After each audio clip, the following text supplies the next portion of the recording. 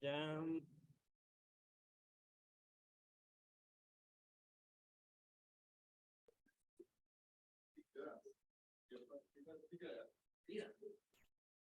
ya. Selamat siang, Bapak Ibu semuanya, kawan-kawan semuanya yang hadir via Zoom maupun juga yang hadir di studio. Jadi pada siang hari ini kita akan sesuai dengan undangan dan flyer informasi ya. Kita akan lakukan bincang-bincang literasi jatuhnya. Jadi perbincangan yang mungkin lebih casual, akan tetapi kita mencoba menghadirkan narasumber yang langsung terkait ya, berasal dari lembaga-lembaga yang terkait dengan persoalan literasi terkait dengan penanganan pengaduan dan penyelesaian pengaduan nasabah di bidang PBK. Jadi nanti ada pembicara dari Asosiasi Perdagangan Berjangka Komoditi Indonesia, ada dari Bursa Komoditi dan Derivatif Indonesia, dan kemudian ada dari Badan Arbitrase Perdagangan Berjangka Komoditi yang kesemuanya alhamdulillah sudah hadir di studio. Jadi kemasan konsep acara ini adalah bincang-bincang literasi, bincang-bincang edukasi. Untuk acara ini nanti kita akan tayangkan di berbagai media sosial dari masing-masing kelembagaan, karena juga di bulan Maret depan, Maret 2023, untuk informasi kawan-kawan, kita akan masuk ke bulan literasi perdagangan berjangka komoditi, dan yang nanti akan insya Allah dibuka oleh Kementerian Perdagangan itu di awal bulan Maret depan. Jadi bincang-bincang ini kemarin karena sudah diinformasikan, pada akhirnya ada masukan dari teman-teman di Bapepti maupun di asosiasi untuk sekalian saja dimasukkan di bulan literasi, meskipun ini sebenarnya belum masuk ya, karena untuk pembukaan bulan literasi dari Kementerian Perdagangan itu nanti baru dilakukan di minggu pertama di bulan Maret. Jadi terima kasih saya sampaikan bagi teman-teman yang sudah berkenan bergabung via Zoom. Nanti akan kita, walaupun ini sifatnya bincang-bincang, nanti kita akan sampaikan, kasih kesempatan untuk tanya jawab maupun berdialog dengan para narasumber yang ada nanti di sesi terakhir setelah pemaparan. Jadi dengan dengan format yang seperti ini, harapannya secara casual teman-teman bisa lebih menyerap materi yang ada, dan jangan lupa materi ini akan di-tapping, direkam untuk kemudian disosialisasikan kemudian di channel-channel kelembagaan terkait. Jadi untuk mempersingkat waktu karena waktunya sudah masuk, saya akan undang untuk kesempatan pertama para pimpinan dari kelembagaan terkait dengan penanganan pengaduan nasabah, yaitu saya panggil yang pertama adalah dari Ketua Umum Asosiasi Perdagangan Berjangka Komoditi Indonesia, Mas Ude Margotomo. Monggo Mas. Monggo Mas, silakan. Monggo bergabung dengan kita. Apa kabar Mas? Alhamdulillah. Sehat. Apa kabar rekan-rekan semua? Oke, kemudian yang berikutnya saya panggil Direktur dari Bursa Komoditi dan Derivatif Indonesia, Bapak Nur Salam. Silakan Pak Nur. Siang. Aduh. Assalamualaikum warahmatullahi wabarakatuh. Ya, moga-moga. Kemudian yang terakhir saya panggil Ketua dari Badan Arbitrase Perdagangan Berjangka Komoditi, Bapak Dr. Andes Kajatni Kadri. Silakan Kang Joni gitu saya panggil. Lihat kan? Ya, monggo. Siang teman-teman. Assalamualaikum warahmatullahi wabarakatuh. Waalaikumsalam. Ya, jadi sudah berkumpul teman-teman bersama kita di sini, masing-masing pimpinan kelembagaan terkait dengan masalah penanganan dan penyelesaian dari sisi pengaduan nasabah. Sudah lengkap di sini. Ada Mas Udi dari asosiasi yang mewadahi dari pelaku industri, ada Pak Nur dari Bursa Komoditi Derivatif Indonesia ICDX. Ini kalau ada masalah mediasinya di tempatnya Pak Nur. Kemudian ada juga terakhir kalau misalkan di proses arbitrase atau penanganan ada di sisi pengadilannya, proses pengadilannya selain pengadilan negeri ada Badan Arbitrase Perdagangan Berjangka Komoditi. Nanti di akhir kita akan pengen kenalan lebih panjang dengan bakti ini sebenarnya seperti apa, sejarahnya seperti apa dan lain sebagainya. Tapi nanti di sesi terakhir dengan Pak Kajani Kadri selaku Ketua Bakti.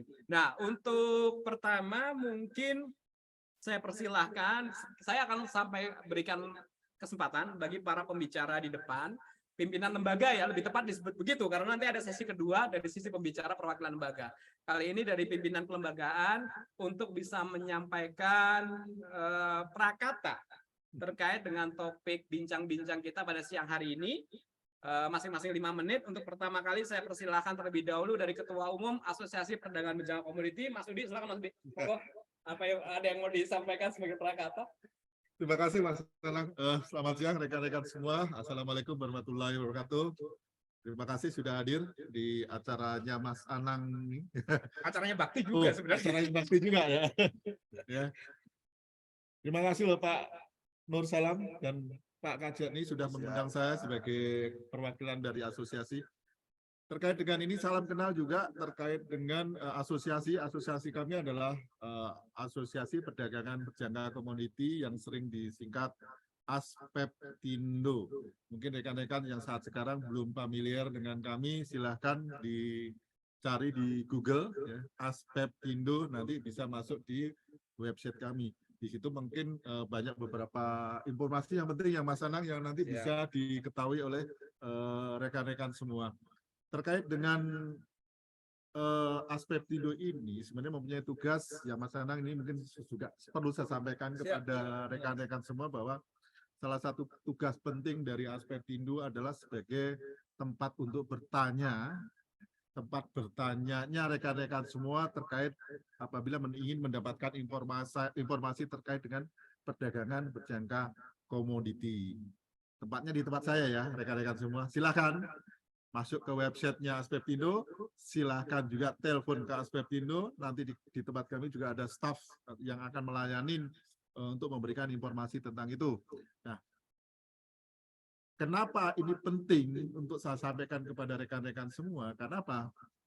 Dengan mencari informasi ke ASPEPTINDO, ke asosiasinya perdagangan berjangka komoditi, rekan-rekan semua akan mendapatkan informasi yang valid, tidak salah. A1. Langsung dari A1. Itu yang dari saya Mas Anang. Terima kasih. Assalamualaikum warahmatullahi wabarakatuh. Ya, sebentar tadi untuk alamat websitenya, Mas Udi. Alamat websitenya adalah aspeptindo.org.id. Oke, siap. Jadi teman-teman bisa di-note ya. Bagi yang ingin bertanya atau ingin berhubungan dengan ASPEPTINDO, alamat websitenya adalah di aspeptindo.org.id. Jadi silahkan di browsing, kalau ingin berkomunikasi dengan ASPEPTINDO bisa ke alamat tersebut, gitu ya. Dan berikutnya untuk prakata dan pembuka dari Direktur Bursa Komoditi Derivatif Indonesia (ASCD), Pak Nur Salam. Monggo Pak Nur. Ya, Mas Anang. Assalamualaikum warahmatullahi wabarakatuh. Selamat siang, salam sehat untuk rekan-rekan sekalian, para peserta webinar semuanya, dimanapun berada. Tentunya pertama, saya senang sekali Mas Anang ada acara seperti ini. Saya kira acara ini harus sesering mungkin. Saya juga terima kasih pada Bakti, pada ASPEPTINDO, karena dengan kerjasama yang baik ini bisa terselenggara acara di siang hari ini, yaitu acara kita ingin mengetahui bagaimana sih penanganan kemudian penyelesaian terkait dengan pengaduan nasabah di industri perdagangan berjangka komoditi. Nah, mungkin rekan-rekan semua belum tahu semuanya gitu, sehingga kalau saya dengar di luar masih orang bingung, ini kalau ngadu kemana sih gitu. Nah, sementara pengaduan penyelesaian itu sudah ada aturannya. Kalau kita lihat di Bapepti itu ada Perba nomor 4 ya, tahun 2020, di sana sudah diatur bahwa setiap nasabah yang ada masalah itu tinggal masuk ke website-nya Bapepti, kemudian memasukkan pengaduannya di web, gitu kan. Kemudian nanti Bapepti akan verifikasi, kemudian pengaduan itu akan ditangani secara terbuka, fair gitu ya, transparan, online gitu, semuanya sudah menggunakan media online. Nah, di Perba itu juga diatur bahwa persoalan-persoalan yang terjadi antara nasabah dengan pialang itu kan juga nanti bisa diselesaikan melalui pialang itu juga, gitu kan. Kalau di pialang tidak selesai, mungkin bisa juga ada mediasi di tingkat bursa. Kalau di tingkat bursa mediasi tidak selesai juga, maka ada langkah berikutnya yaitu bisa ke pengadilan negeri atau ke bakti. Itu ya Kang. Nah, jadi bisa ke bakti. Nanti mungkin Kang Kacatni bisa menjelaskan bagaimana di bakti prosedurnya. Saya kira semuanya dibuat sesimpel mungkin dan juga yang penting adalah semua pihak ini bisa mendapatkan kepastian hukum. Begitu. Jadi sekali lagi saya ucapkan terima kasih kepada semua pihak yang menyelenggarakan karena ini juga acara menyongsong juga bulan literasi PBK gitu ya Kang. Karena bulan depan Maret ini adalah bulan literasi perdagangan berjaga komoditi. Marilah kita semarakkan literasi ini karena dengan literasi ini kita bisa menambah pengetahuan masyarakat sehingga masyarakat tidak salah lagi, tidak ragu lagi kalau ada masalah harus kemana mengadu. Kira-kira gitu. Mudah-mudahan dengan diskusi siang ini semuanya menjadi jelas dan bagi pihak yang ada kesulitan, ada masalah, bisa tahu harus kemana mencari penyelesaian persoalannya. Saya gitu Kang, semuanya, Bapak semuanya, terima kasih ya sekali lagi. Monggo dilanjut Mas Anand. Oke, terima kasih Pak Nur atas sambutannya. Dan yang ketiga, kami persilakan kepada Pak Kajati Kadris selaku Ketua Bakti untuk bisa menyampaikan kata sambutannya. Monggo Mas Kajati. Terima kasih Mas Anang. Terima kasih juga Pak Budi, Pak Nur Salam yang memberikan waktu untuk kerjasama di acara literasi ini. Ya memang sih kalau tadi dijelaskan oleh Pak Nur Salam itu sepintas lalu penyelesaian sengketa itu dimulai dari pengaduan kepada Bapepti, lantas ada penyelesaian di jalan melalui musyawarah mufakat, selanjutnya ke bursa untuk dilakukan mediasi. Nah, biasanya ini para pemohon yang akan melakukan gugatan itu nggak tahu gitu kemana harusnya. Sebetulnya sudah ada di ekosistem perdagangan berjangka ini ada Badan Arbitrase Perdagangan Berjangka atau komoditinya. Nah kadang-kadang pada nggak tahu gitu. Ya, itu satu. Yang kedua, setelah dari mediasi, kadang-kadang langsung ke otoritas ini harus bagaimana? Yang sebetulnya di perjanjian sendiri bisa dilihat bahwa di sana ada pilihan mau ke PN, mau ke bakti. Ya memang ada kurang lebihnya lah kalau kita mau ke PN, ke bakti ya. Cuman ya yang sudah jelas kalau ke bakti itu lebih singkat. Ya. Kalau ke PN itu bisa berjenjang ya. Artinya dari PN kalah atau menang bisa juga ada banding, sampai ada kasasi gitu ya. Tapi kalau di bakti itu final and binding. Ya, final and binding ya. Memang di awalnya untuk biaya beracara memang ada agak mahal di bakti ya. Tapi secara keseluruhan kalau dibanding dengan PN itu sebetulnya mahal di PN. Ya kalau udah lari banding, lari kasasi, bukan hanya masalah uang aja, masalah waktu. Ya. Itu bisa berlama-lama. Kalau di kita paling lama 6 bulan. Ya, dan final binding. Paling juga ada upaya hukum tidak lebih dari minta pembatalan. Lainnya nggak ada. Itu kalau kita bicara bakti ya.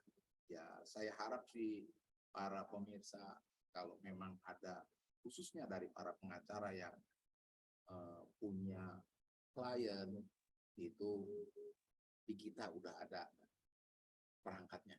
Oke. Bagi para masyarakat yang belum paham itu sekarang insya Allah jadi paham, oh ternyata di dalam ekosistem PBK itu ada bakti. Ya. Bagi para mahasiswa atau para pemula juga ini merupakan bahan pengetahuan lah adanya literasi diadakan oleh perusahaan CDS. Saya kira untuk mempersingkat waktu Pak Anang. Oke. Tapi mungkin ada Assalamualaikum warahmatullahi wabarakatuh. Silakan. Tapi mungkin dari Pak Kajati ada pesan yang ingin disampaikan kepada publik terkait dengan penanganan pengaduan mungkin dari Pak Kajati sebelum kita akhiri sesi pembukaan ini. Ada yang ingin disampaikan mungkin pesan atau apa? Harapan saya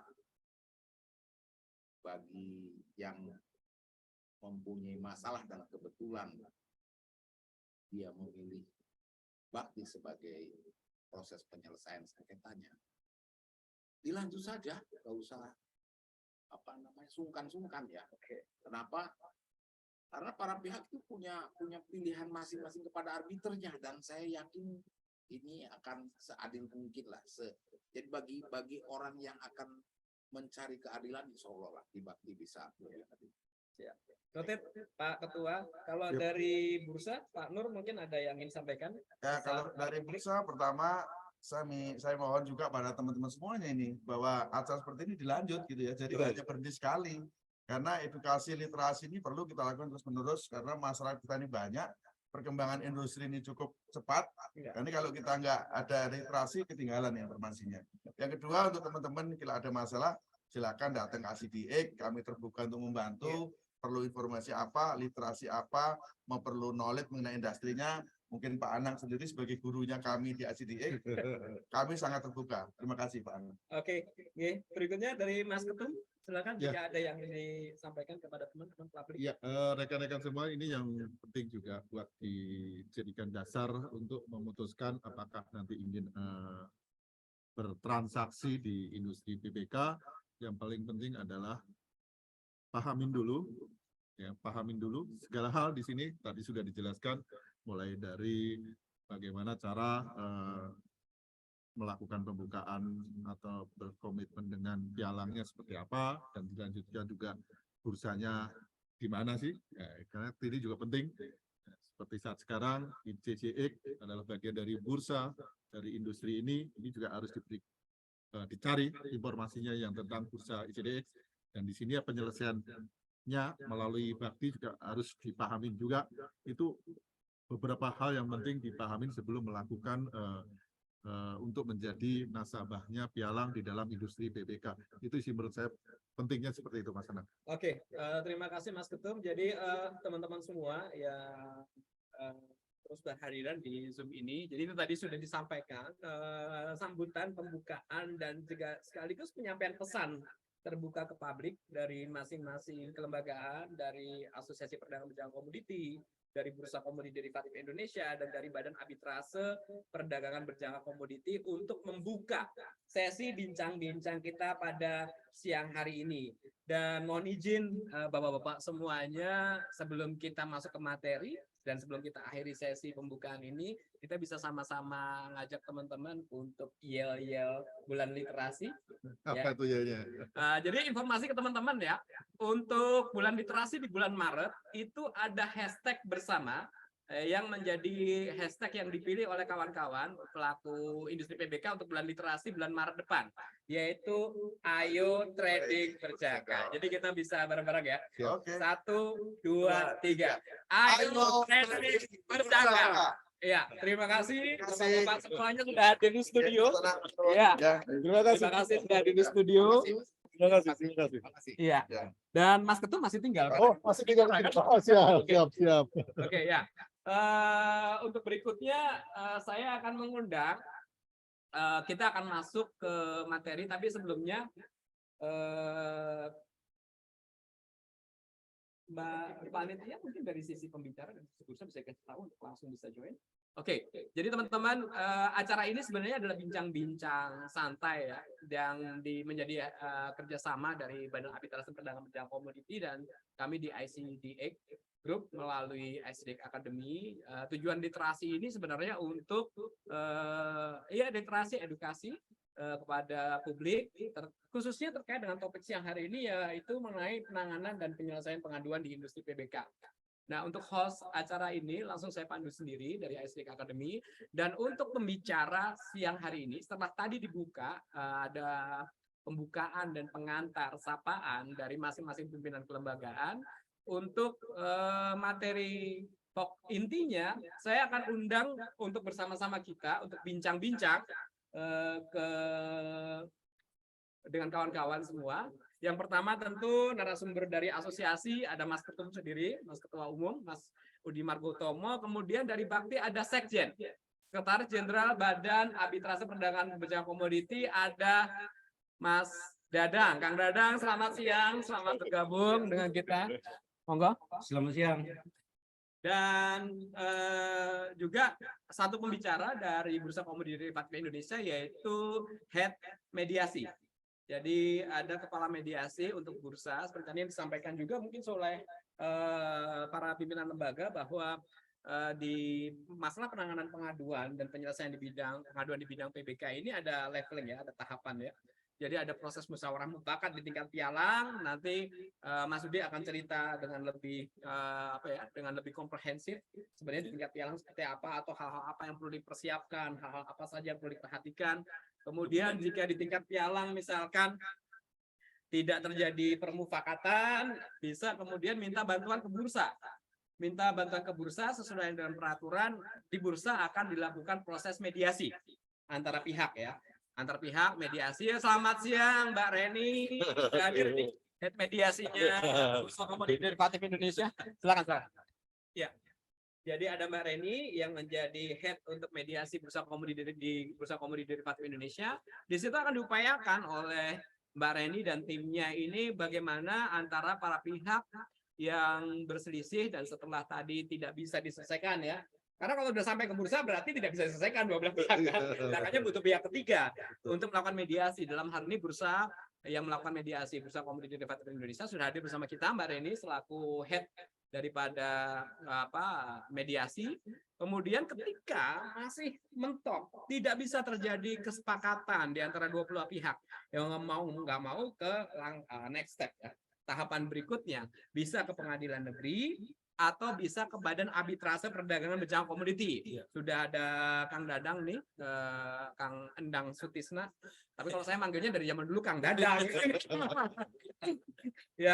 yang ini ya, yang merupakan Sekretaris Jenderal dari Bakti. Jadi tentu menjadi penting di sini teman-teman, terutama juga publik, masyarakat yang sedang mendengarkan kita punya bincang-bincang ini, bahwa memang kalau sebuah persoalan itu bisa dilihat pada akhirnya dari dua sisi. Apakah di sana ada unsur pidananya atau kemudian di situ ada unsur perdatanya gitu ya. Nah, juga tadi diinformasikan oleh Ketua Bakti bahwa untuk wilayah keperdataannya itu di industri perdagangan berjangka komoditi sudah ada Badan Arbitrase Perdagangan Berjangka Komoditi atau Bakti yang keputusannya bersifat final and binding.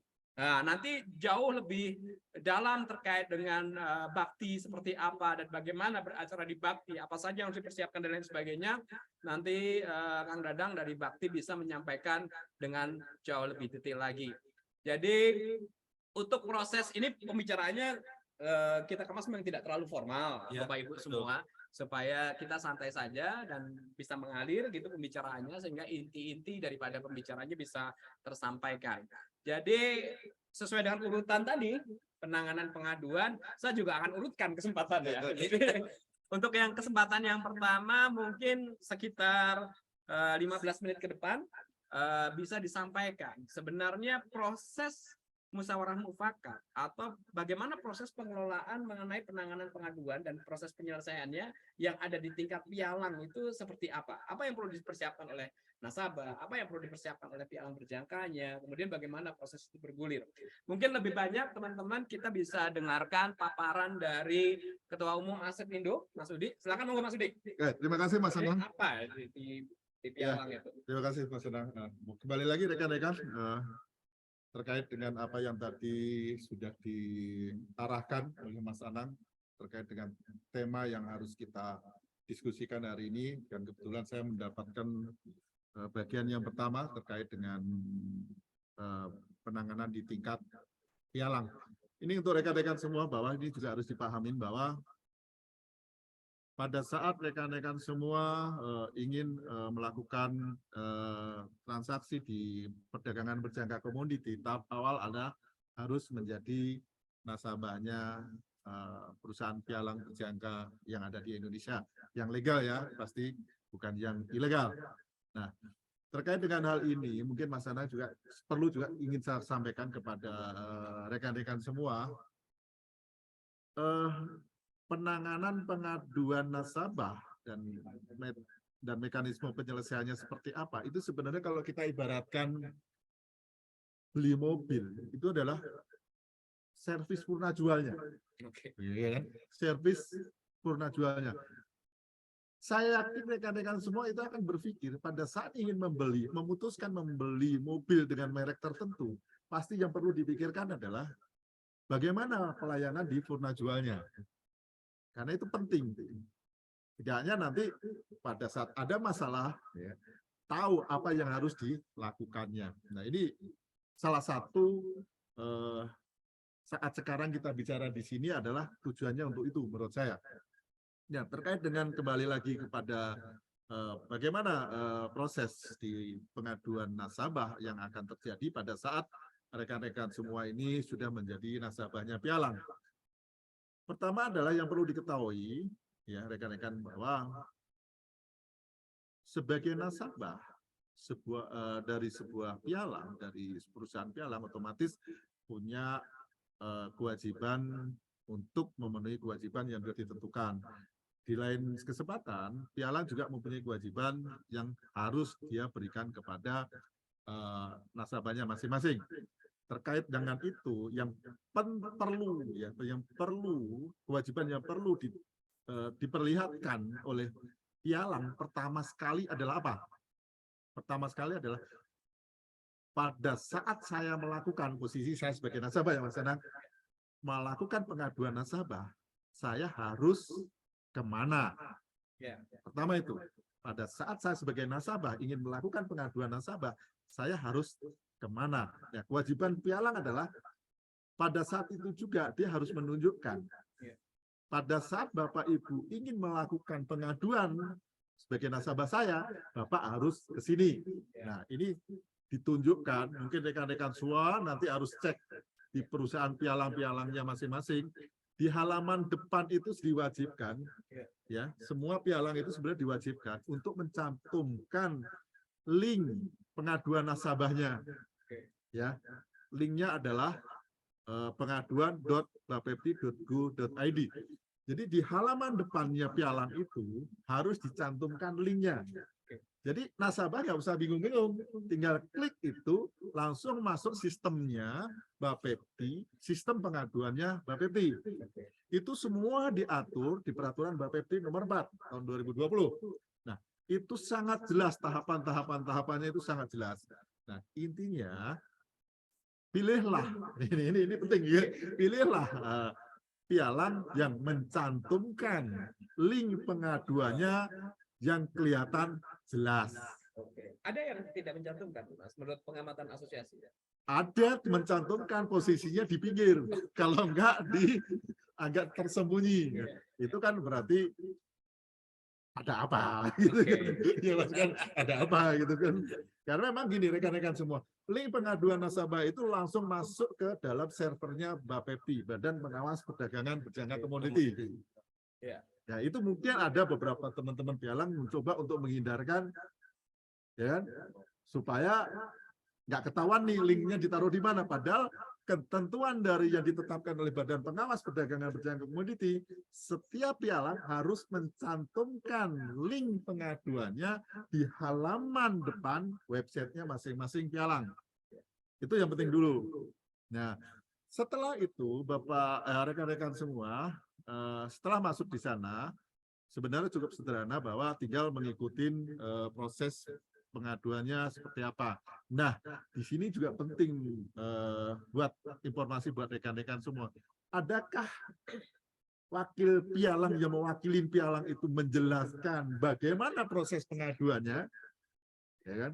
Kalau tidak mau menjelaskan itu ya perlu dipertanyakan, Mas. Jadi ada kewajiban penjelasan ya. Nah, karena wakil pialang, Mas Anang, pada saat penerimaan nasabah itu punya kewajiban untuk menjelaskan tahap-tahap bagaimana melakukan pengaduan secara online.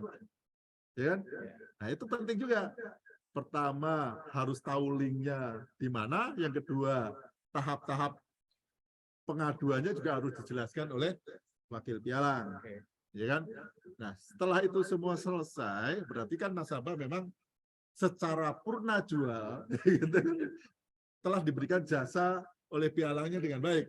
Kalau tidak, dua hal tadi tidak diberi informasi, ya berarti purna jual untuk nanti kalau ada sesuatu hal di kemudian hari setelah menjadi nasabah akan membingungkan buat nasabah tersebut. Gitu. Nah, ini masuk pada saat sudah melakukan pengaduan, Mas Anang. Mungkin di slide rekan-rekan semua sudah ada ini satu aliran, satu jalan ya, di mana proses pengaduan yang terjadi di pialang berjangka. Pertama adalah pada saat rekan-rekan semua itu sudah masuk di website, di sistem pengaduannya Bapepti yang tadi linknya sudah saya sebutkan, di situ memang harus ada isian-isian yang harus diisi oleh nasabah. Dokumen yang dibutuhkan sebenarnya cukup hanya 2. Ya kan? Yang penting ya, KTP dan bukti transfer. Yang ketiga adalah harus mengisi uraian. Nah, uraian pengaduannya harus dijelaskan di situ. Nah, uraian ini bisa berbentuk nanti tulisan yang sudah diketik pakai Word, langsung diupload juga bisa. Tapi bisa juga diketik di dalam sistem pengaduan itu. Sebenarnya itu aja dokumen yang dibutuhkan, yang nggak perlu banyak-banyak, ya kan? Nah, setelah itu Bapepti akan memproses pengaduan tersebut, ya, dalam waktu 2 hari. 2 hari ya. 2 hari, Bapepti akan memproses pengaduan yang sudah dilakukan rekan-rekan semua melalui sistem itu 2 hari. Ketika dokumen dinyatakan lengkap berarti. Iya, cuma 2 dokumen dan 1 uraian, ya kan? Betul ya? Kronologis, itu aja. Nah, kalau itu lengkap, otomatis dalam waktu 2 hari Bapepti atau badan pengawas itu akan disposisi ke pialangnya. Akan disposisi ke pialang. Nah, disinilah nanti pialang akan memberikan kelengkapan dokumen-dokumen yang kurang. Ya kan? Di situ nanti ada poin-poin yang harus diselesaikan oleh pialangnya masing-masing pada saat mendapatkan disposisi dari Badan Pengawas Perdagangan Berjangka Komoditi atau Bapepti untuk bisa diselesaikan. Nah, waktu penyelesaian di tingkat pialang setelah mendapatkan tanggal disposisi itu adalah 21 hari kerja rekan-rekan semua. Jadi ada waktu 21 hari kerja, ya kan? Nah, di sini tahap pertama biasanya ya pialang itu otomatis setelah mendapatkan disposisi, otomatis kan argonya jalan nih. Oh, saya pialang nih, ya Bu Reni ya, 21 hari kerja nih. Keterbatasan waktu saya sebagai pialang untuk bisa menyelesaikan pengaduan nasabah saya, gitu kan. Nah, di sini otomatis biasanya diawalin membuat jadwal musyawarah dulu, ya kan. Nah, jadwal musyawarah ini juga nanti akan cantumkan di sistemnya Bapepti. Jadi Bapepti bursa itu tahu. Ya betul Bu Reni ya. Bursa tahu nih, oh sudah dijadwalkan nih oleh pialang itu untuk melakukan musyawarah. Bapepti juga tahu. Karena memang langsung dibikin jadwalnya itu di dalam sistemnya pengaduan nasabah secara online tadi. Ya kan? Selanjutnya masuk ke musyawarah. Di situ juga hasil musyawarah, ya kan? Dan proses musyawarah itu sebenarnya juga Bapepti dan bursa juga sudah mulai memantau apa yang terjadi. Ada 2 kemungkinan, ya, tidak ada kesepakatan, ya kan? Namanya juga musyawarah ya. Pertama pastikan mempertahankan argumennya masing-masing, namanya juga musyawarah, gitu kan. Ada juga terjadi kesepakatan, ya kan? Kalau tidak dari kesepakatan, tidak ada kesepakatan, itu juga harus dimasukkan di dalam sistem bahwa hasilnya tidak ada kesepakatan, sehingga bursa dan Bapepti juga tahu, oh hasil dari musyawarah tadi tidak ada kesepakatan. Nah, di sini pialang mempunyai waktu maksimum 3 hari kerja untuk membuat surat pemberitahuan tidak terjadi kesepakatan, ya. Selanjutnya, kalau terjadi kesepakatan, ya, ini juga sama, tetap juga akan diinformasikan kepada dan akan dikirim ke sistem, ya, sistem pengaduan nasabah itu juga, makanya nanti langsung juga masuk di sistemnya bursa dan juga langsung masuk ke sistemnya Bapepti. Di sini Piala mempunyai waktu juga 3 hari untuk membuat surat kesepakatan, ya, perdamaian dengan ditandatanganin oleh pihak pengadu, pihak teradu, dan biasanya mediator. Nah, kalau biasanya sudah proses itu terjadi, ya akhirnya nanti ada kesempatan untuk perdamaian, ya, kesempatan untuk perdamaian. Jadi di sini kalau memang walaupun posisi musyawarah itu di tingkat pialang, ya Mas Anang dan Bu Reni, sebenarnya kan sudah mengikat bahwa namanya musyawarah kalau ditandatanganin semua pihak yang melakukan perselisihan sebenarnya sudah mengikat bahwa perdamaian itu bersifat final, ya kan? Jadi nggak perlu juga harus dilanjutkan ke proses selanjutnya, ya kan? Nah, apabila salah satu pihak, ya, tidak melaksanakan kesepakatan perdamaian, maka kesepakatan perdamaian batal demi hukum.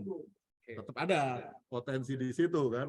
Yang lebih repot itu kalau kesepakatan yang tidak memenuhi kesepakatan itu adalah pialangnya, jadi buat rekan-rekannya prosesnya itu akan otomatis tetap berlanjut seperti proses awal, ya kan?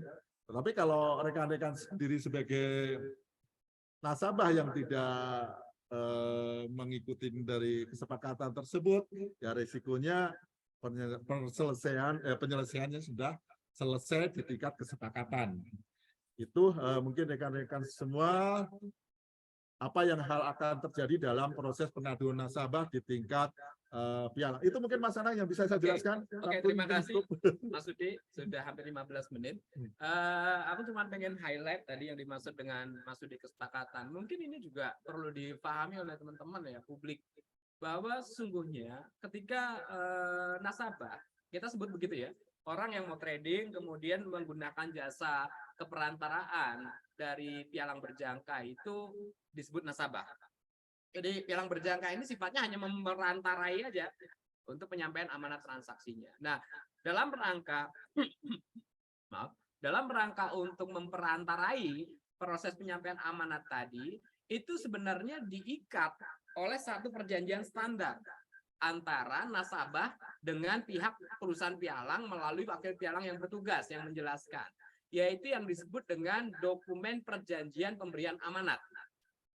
Ya. Nah, dokumen perjanjian pemberian amanat ini itu adalah merupakan dokumen yang mengikat dua belah pihak. Di dalamnya memuat hak dan kewajiban daripada nasabahnya, gitu, ya. Sehingga ketika ada perselisihan, dimungkinkan perselisihan ini terjadi karena ada kewajiban biasanya atau hak malah, ya, antara dua belah pihak yang tidak dilaksanakan sebagaimana yang disepakati di dalam perjanjian pemberian amanat. Dan satu hal lagi buat kawan-kawan, draft perjanjian pemberian amanat itu tidak bersifat tailor-made, enggak. Melainkan Badan Pengawas Perdagangan Berjangka Komoditi sudah menetapkan standar perjanjian pemberian amanat seperti apa. Sehingga dari perusahaan pialang itu hanya tinggal melaksanakan saja, dan itu merupakan lampiran dari peraturan badan, ya, terkait dengan draft perjanjian pemberian amanat. Di situ disebutkan hak dan kewajiban nasabah apa, hak dan kewajiban pialang berjangka apa, gitu, ya. Nah, sehingga nanti dokumen itu pula yang akan menjadi dasar pada saat terjadi dispute, gitu, ya. Nah, proses pembahasan itu sekedar menjelaskan untuk bridging aja ke kawan-kawan apa yang disampaikan oleh Mas Ketua Umum Asosiasi tadi, yang melihat dari sisi pialang, karena sekali lagi memang proses perikatan di dalam nasabah menyalurkan amanat transaksinya melalui pialang itu sudah jelas. Ada dokumen perjanjian pemberian amanat yang itu kemudian menjadi dasar, gitu, untuk proses menilai pada akhirnya apakah yang dilakukan oleh nasabah atau apakah yang dilakukan oleh pialang itu sudah sesuai, gitu, ya, di dalam terkait dengan perjanjian pemberian amanat yang sudah ditandatangani kedua belah pihak sebelum berikat, Ya. sebelum menerima jasa Sebelum layanan. terjadi permasalahan. Sebelum terjadi permasalahan udah pasti kan, Ya. dia berikat dulu, masuk Berikat dulu. dulu. Masalah biasanya belakangan kan, setelah ada terjadi transaksi bla bla bla gitu baru terjadi masalah. Iya. Kalau di awal kan belum ada masalah kan. Iya. Oke, ya itu dari sisi angle pelaku usaha dalam hal ini pialang berjangka selaku penyalur amanat transaksi nasabah. Dan berikutnya kita akan dengarkan proses kurang lebih yang sama, tapi kali ini apa sebenarnya proses yang terjadi di dalam proses kalau tadi disampaikan oleh Mas Udi adalah ketika di pialang itu bisa terjadi sepakat untuk tidak sepakat, gitu ya. Artinya kedua belah pihak gagal menemukan kesepakatan sehingga diperlukan pihak ketiga dalam hal ini untuk memediasi proses tadi. Dan sesuai dengan peraturan yang berlaku di bidang perdagangan berjangka komoditi, pihak ketiga ini yang ditunjuk adalah bursa. Jadi bursa yang melakukan peran mediasi mempertemukan pialang dan nasabah kembali untuk bisa mendapatkan gitu ya angle-angle kesepakatan dan sebagainya. Nah, bersama kita sudah hadir Mbak Reni. Jadi selama 15 menit ke depan Mbak Reni akan memaparkan sebenarnya intinya proses mediasi di bursa itu seperti apa sih? Apa yang harus dipersiapkan oleh nasabah, apa yang harus di-prepare oleh pialang, dan biasanya bagaimana Mbak Reni menjalankan aktivitasnya sehingga diharapkan bisa memediasi gitu kemampetan gitu, kemampetan yang terjadi antara pialang dengan si nasabahnya dalam konteks ini. Mungkin silakan Mbak Reni 15 menit dan monggo. Dari bapak-bapak yang hadir ya. Mungkin suaranya agak ini Mbak. Mbak Reni masa Mbak? Enggak ya? Perempuan sendiri. Lembut. Ya, jadi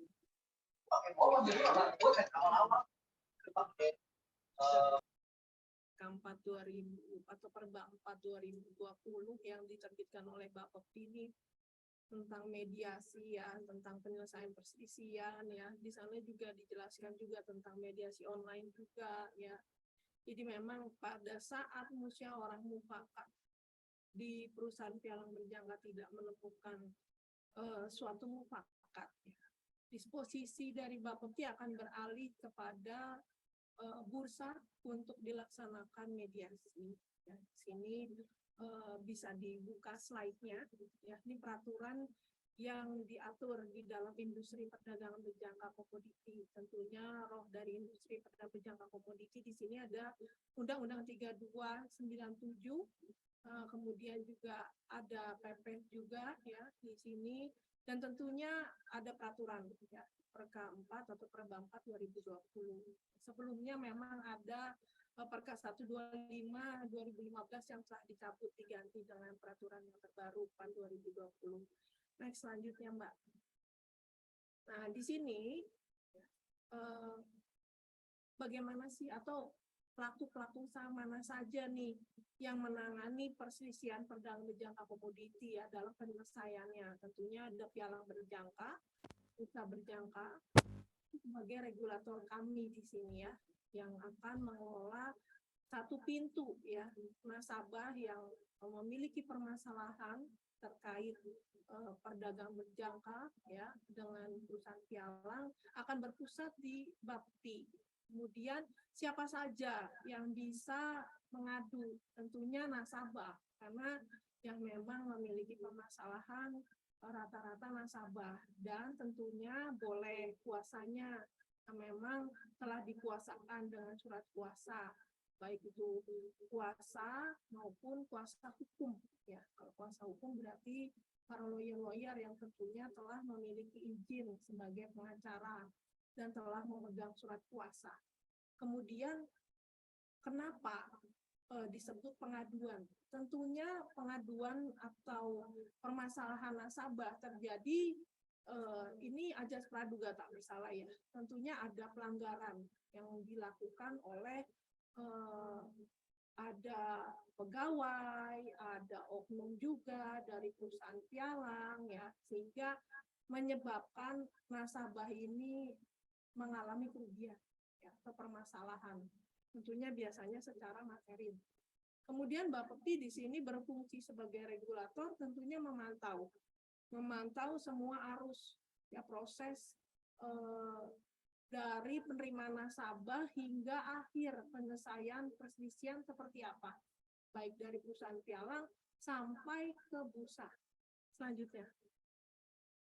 Nah, di sini untuk pengaduan sendiri nasabah melalui online ya, melalui online. Ada yang memang telepon ke Bapepti, tapi biasanya Bapepti akan menyarankan untuk segera masuk ke dalam pengaduan oleh Bapepti. Begitu juga ada yang telepon ke bursa. Biasanya bursa setelah menjelaskan Perkap 4 2020 akan menyarankan untuk masuk ke dalam pengaduan Bapepti Go ID. Begitu juga Bapepti tetap apabila memang nasabah ada yang langsung telepon ke Bapepti, pasti Bapepti akan menyarankan untuk masuk ke pengaduan oleh Bapepti. Di sini dalam menangani pengaduan tentunya memiliki SOP.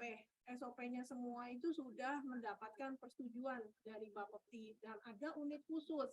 Baik itu di perusahaan pialang berjangka ada unit khusus yang memang menangani pengaduan maupun di bursa. Bursa juga punya unit khusus untuk menangani pengaduan khususnya proses mediasi. Kemudian menyediakan juga tadi seperti dijelaskan Pak Udi di sini harus ada hotline ya, hotline khusus untuk penanganan pengaduan yang langsung link ke Bapepti. Kemudian menata usaha-usaha juga dokumentasi semua harus disimpan karena nanti harus disampaikan baik itu ke Bapepti maupun ke para prinsipal. Kalau dari bursa, prinsipal pialang berjangka maupun prinsipal nasabah. Ya, kemudian penyampaian laporan ya seluruh kegiatan kepada regulator kami yaitu Bapepti. Nah, penerimaan pengaduan sendiri ya ini berpusat di Bapepti. Ya, kemudian identitas tadi yang seperti Pak Udi jelaskan di awal, nasabah cukup menyampaikan bukti setor, kronologis dan KTP ya. Selanjutnya Mbak, untuk slide selanjutnya di sini proses yang memang diatur di perdagang berjangka komoditi dari nasabah hingga ke Bapepti ya, nanti akan dijelaskan lebih rinci di dalam. Selanjutnya kemudian mediasi sendiri tadi kalau di proses pialang berjangka sudah dijelaskan oleh Pak Udi. Ya, apa sih yang diharapkan di proses penyelesaian perselisihan di perusahaan pialang itu musyawarah mufakat ya. Berharap pada saat musyawarah ini bisa mencapai mufakat. Lalu apabila tidak tercapai mufakat di perusahaan pialang berjangka, selanjutnya akan diadakan proses mediasi berdasarkan disposisi dari Bapepti. Mediasi sendiri harapannya seperti apa? Ya, jadi tentunya prinsipal nasabah dan prinsipal pialang berjangka ini ingin ya penyelesaian perselisihan ini dalam suatu perundingan ya mencapai suatu kesepakatan damai. Tentunya selain difasilitasi oleh bursa tempatnya juga difasilitator oleh seorang mediator. Nah, mediator di sini mediator telah memiliki izin ya dari institusi yang memang menyelenggarakan pendidikan dan menerbitkan izin sebagai mediator, ya kemudian memiliki pengalaman sebagai mediator, ya dan mengerti, memahami industri perdagangan berjangka komoditi. Jadi memang tidak hanya mediator yang tidak memahami, ya nanti tidak kurang dapat membantu nih para pihak yang berselisih untuk mencapai suatu perdamaian. Jadi seorang mediator yang memiliki pendidikan atau pengalaman di industri perdagangan berjangka komoditi sangat dibutuhkan di sini. Berarti mungkin itu pada akhirnya yang membedakan ya antara proses dengan industri kita kalau kemudian pelaku nasabah itu misalkan memprosesnya di luar industri kita. Karena kalau prosesnya di industri kita berarti bertemu dengan orang-orang yang memahami gitu ya dasar industrinya. Jadi memang seorang mediator di PBK ini harus memiliki pengalaman karena paling tidak harus mengerti aturan-aturan PBK, kemudian pelanggaran-pelanggaran apa saja yang sering terjadi, ya, kemudian kemampuan apa dari seorang nasabah atau dari prinsipal nasabah, ya, sehingga akhirnya mengalami permasalahan. Begitu juga seorang mediator di perdagangan berjangka komoditi yang memang mengerti, memahami industri perdagangan berjangka komoditi, memahami ya permasalahan timbul di perusahaan pialang, apa penyebabnya sampai permasalahan nasabah terjadi. Ya, kemudian tugas mediator di sini menciptakan suasana kondusif. Biasanya nasabah dengan prinsipal ini suasana sudah tidak kondusif lagi, ya. Biasanya sudah sulit untuk dihubungi, ya. Makanya memperbaiki komunikasi itu penting untuk difasilitasi oleh mediator. Biasanya perusahaan pialang sulit dihubungi, nasabah juga sulit dihubungi gitu ya oleh perusahaan pialang, akhirnya tidak terjadi komunikasi yang baik. Ya, akhirnya permasalahan terbengkalai cukup lama. Ya, dengan hadirnya mediator memiliki tugas untuk memfasilitasi, memperbaiki komunikasi kembali para prinsipal. Kemudian memfasilitasi lahirnya suatu negosiasi. Jadi memang mediator sendiri di sini sangat berupaya bagaimana para nasabah dan pialang berjangka ini sama-sama bisa melahirkan suatu harapan, keinginan, dan tujuan-tujuan dari hadirnya dari proses penyelenggaraan mediasi. Tentunya ingin tercipta suatu negosiasi, ya berawal dari negosiasi. Kemudian dari hasil negosiasi yang muncul dari para prinsipal, mediator akan berupaya untuk mendorong negosiasi yang tadi muncul akhirnya mencapai suatu kesepakatan. Ya, selanjutnya Mbak. Kemudian mediator dalam menyelenggarakan mediasi terikat suatu kode etik.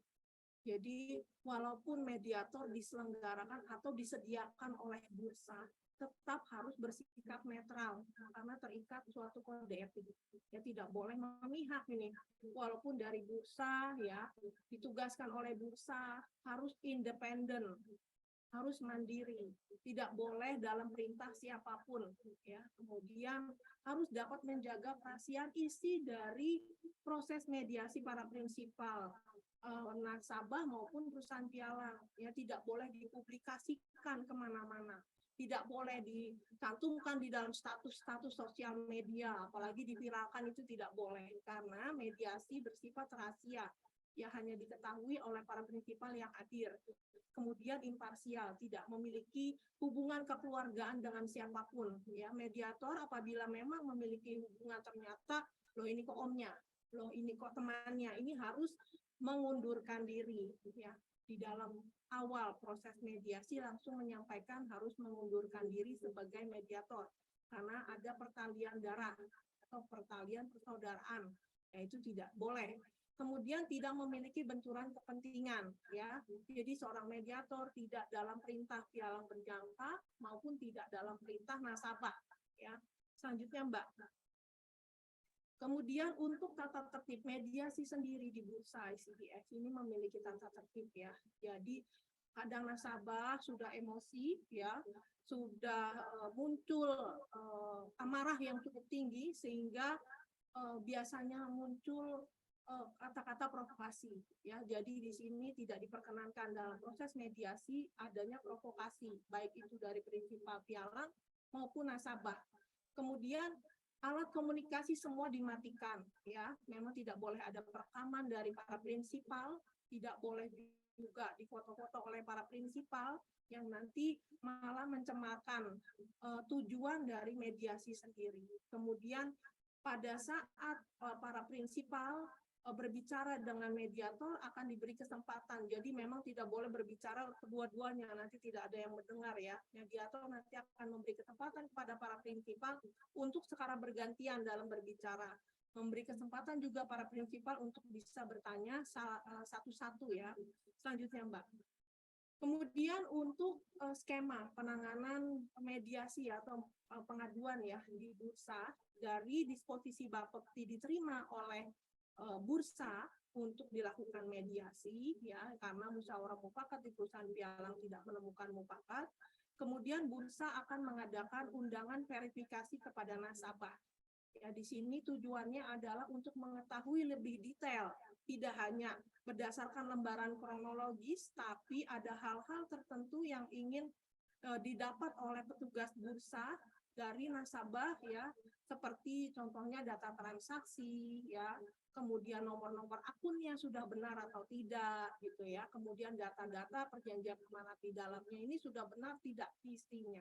Ya, kadang ada data-data perjanjian amanat yang nasabah sendiri itu tidak mengisi atau bahkan tidak memegang perjanjian amanat, bahkan perjanjian amanat sendiri tidak diisi oleh nasabah. Ya, atau transaksi ternyata tidak ada di bursa, ya, tidak ada di bursa. Ya, mungkin ada di bursa sebelah, ya, karena di Indonesia ada selain bursa ICD ada bursa satu lagi, ya. Kemudian hal itu perlu dicek kembali. Kemudian undangan klarifikasi oleh petugas bursa akan ditujukan kepada perusahaan pialang guna mendapatkan keterangan dan data tambahan. Jadi tidak hanya transfer dana, tidak hanya rekening, begitu juga tidak hanya KTP dari nasabah, tapi tanggapan dari perusahaan pialang seperti apa ini atas pengaduan yang terjadi oleh nasabahnya. Kemudian pada saat selesai, petugas bursa akan membuat resume yang nanti akan dibacakan dalam proses mediasi. Kemudian mediasi sendiri di bursa, undangannya nanti akan disampaikan ke para prinsipal, ini dapat dilaksanakan secara konvensional atau tatap muka atau secara daring atau online, ya. Nah, untuk online sendiri ini butuh persetujuan kedua belah pihak. Kalau kedua belah pihak memang setuju untuk dilaksanakan secara daring, ya, ini kedua belah pihak harus menyampaikan kepada petugas bursa ingin terlaksananya mediasi secara daring. Ya, secara rohnya mediasi secara tatap muka. Ya, tapi apabila memang dalam hal mendesak, mediasi bisa dilaksanakan secara secara daring, ya, apabila memang seperti pandemik, ya, pandemik yang tidak memungkinkan sedang kena COVID, tapi harus ada jadwal mediasi karena mediasi waktunya 21 hari, ya, sesuai di aturan Bapepti. Jadi harus dilaksanakan secara daring karena pihak prinsipal nasabah dalam kondisi yang tidak memungkinkan untuk tatap muka, ya. Kemudian dipimpin oleh seorang mediator yang tadi saya sampaikan harus memiliki izin sebagai mediator. Nanti hasil dari mediasi itu akan disampaikan ke para pihak berupa berita acara apabila memang terjadi mediasi damai, ya, akan dibuat berita acara dan perjanjian kesepakatan damai. Jadi ada 2 dokumen yang nanti diupload di pengaduan Bapepti.go.id sekaligus akan dikirimkan secara hard copy oleh petugas bursa. Namun apabila ternyata mediasi tidak menemukan kesepakatan damai, akan diterbitkan berita acara tidak menemukan kesepakatan damai yang tentunya akan diupload di dalam pengaduan Bapepti.go.id. Nasabah dan prinsipal pialang berjaka dapat mendownload hasil berita acara tersebut. Selanjutnya, Mbak. Kemudian untuk selanjutnya apabila dari hasil mediasi tadi tidak sepakat bagaimana, ya, apabila tidak ya, mungkin nanti bisa di-lock, ini waktunya tinggal 3 menit lagi. Yes. Nanti kita lebih perdalam di tanya jawab karena udah banyak antri. Baik, ini satu slide lagi, ya, apabila tidak sepakat nih, ya, jadi nasabah bisa melanjutkan upaya hukum selanjutnya ke pengadilan negeri atau ke Bakti. Ya, bagaimana isi di perjanjian amanat nasabah waktu dipilih oleh nasabah itu ke PN atau ke Bakti, ya. Kemudian Bakti nanti akan melakukan pemeriksaan apabila dilihat oleh Bapepti dari hasil verifikasi Bapepti, ya, pengaduan dilihat, ya, apakah ditemukan adanya pelanggaran atau tidak. Kemudian semua berita acara akan diunggah ke pengaduan Bapepti.go.id yang tadi saya sampaikan, para prinsipal dapat mendownload, ya, hasil berita acara tersebut. Selanjutnya, Mbak. Terima kasih dari presentasi saya dari perwakilan dari PT Bursa Komoditi Derivatif Indonesia. Ya, kita nanti sama-sama untuk menjawab, ya, banyak pertanyaan di sini, ya.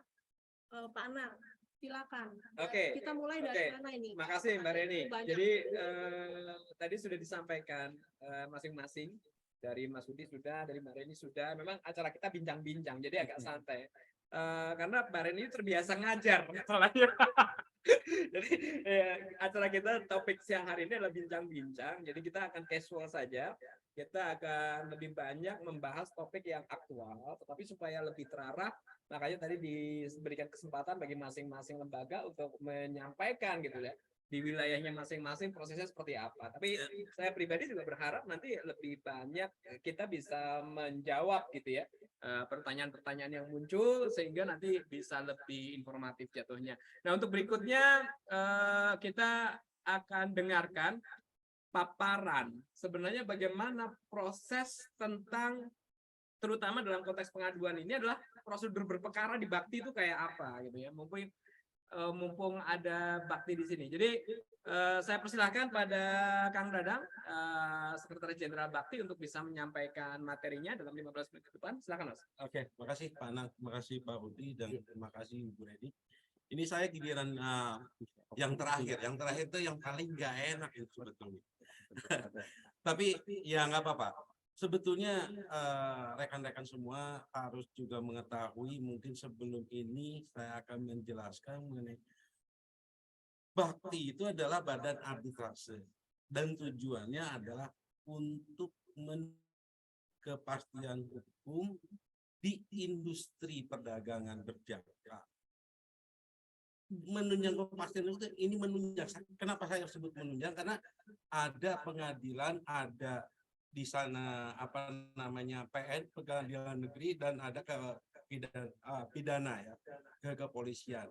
Nah, Bakti itu adalah badan arbitrase, tentunya ini keperdataan di luar dari PN yang di dalamnya tentunya yang disebut hakimnya. Hakim itu kalau di arbitrase itu adalah arbiter. Jadi mengerti tentang perdagangan berjangka. Jadi industri perdagangan jangka sudah mengamanatkan ke Bakti bahwa untuk menunjang kepastian hukum di industri perdagangan berjangka, selain dari kepastian hukum yang ada, yang punya negara, ini ada swastanya gitu. Seperti itu. Nah, tentunya kami adalah Bakti akan ikut juga kepada aturan yang dikeluarkan oleh otoritas laba bukti. Dan di samping itu juga dasar kami juga adalah acaranya di Undang-Undang 30 mengenai arbitrase. Nah ini kita awali bahwa tadi bincang-bincang ke Pak Anang adalah Pak Udi tadi membicarakan mengenai perikatan atau perjanjian tadi Pak Anang. Nah maaf tadi saya agak sedikit ini. Nah, sebetulnya kalau di Bakti itu gini, perjanjian itu adalah merupakan undang-undang dari dua belah pihak yang bersengketa. Dan ini bisa terjadi sebelum terjadi sengketa dan setelah terjadi sengketa. Oke. Gitu. Nah, terutama ini pada masyarakat dan pada rekan-rekan yang aktif di dunia perdagangan berjangka. Tolong setiap mau masuk apapun atau setiap mau melakukan perikatan dimanapun, baca yang jelas. Oke. Itu teman saya. Noted ya? Iya, baca sekali yang jelas. Jangan sampai gini. Pada saat udah melakukan perjanjian dan tanda tangan itu adalah merupakan suatu kesepakatan loh. Ya. Jangan dianggap remeh. Nah, di situ udah pure bahwa itu adalah kita sepakat. Ya. Nah, makanya setiap dalam perjanjian di PBK, di situ ada dua pilihan tuh. Ya. Ada PN, ya PN itu pengadilan negeri untuk penyelesaian perselisihannya ya. Ada Bakti di sini dalam lembaga arbitrasenya. Kalau PN berarti itu adalah masuk ke lembaga penyelesaian yang milik negara nih. Nah, kalau Bakti itu termasuk alternatifnya sebetulnya gitu loh. Nah, di sini makanya karena ini kita itu mengacu kepada khusus untuk perdagangan berjangka komoditi, tadi mengacu kepada Perda 4. Nah, tadi kan harus melalui musyawarah untuk mufakat di tingkat piala. Ya. Terus harus melalui mediasi. Ya. Nah, kita tidak bisa menerima ujuk-ujuk nasabah belum melakukan musyawarah, belum melakukan mediasi, daftar ke kita. Oke. Itu kita tidak akan terima. Karena kita tetap mengatur kepada aturan dalam yang ada di aturan di perdagangan berjangka komoditi. Yang paling dicatat lagi, Pak Anang, atau rekan-rekan semua, Tadi kan Pak Udi ada di website secara umum diketahui oleh Bapak Peti. Bursa juga sama. Jadi semua tahu. Kenapa Bakti tidak ada di dalamnya? Oh, Kan itu. emang Nah, kita nggak ada? harus Aku klarifikasi dulu. Memang nggak ada. tidak ada di dalamnya. Oke. Dalam link untuk pengaduan itu. Karena di sini bahwa bakti itu adalah sifatnya persidangan atau penyelesaian tertutup. Iya, itu penjelasannya ya kan. Iya. Jadi kalau misalnya ada diketahui oleh semua ya tidak tertutup lagi. Ya. Ya, ke arah sana nih. Jadi memang benar-benar bakti itu adalah lembaga independen yang khusus untuk menyelesaikan perkara di perdagangan berjangka komoditi mengenai arbitrase. Ya. Gitu.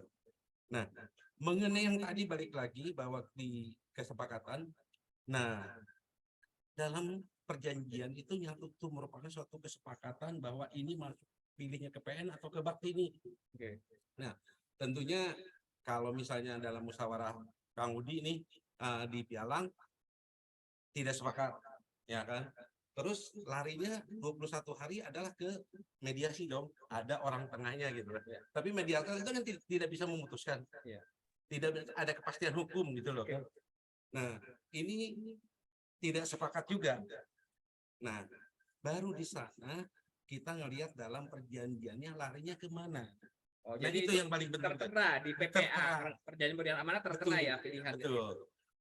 Di sini ada ke Bakti dan ada juga ke PN. Oke. Berarti kalau misalnya di situ nunjuknya adalah ke Bakti, itu bisa ke Bakti. Bakti akan menerima karena ada surat nih, ada bahwa ini udah selesai di mediasi. Oke.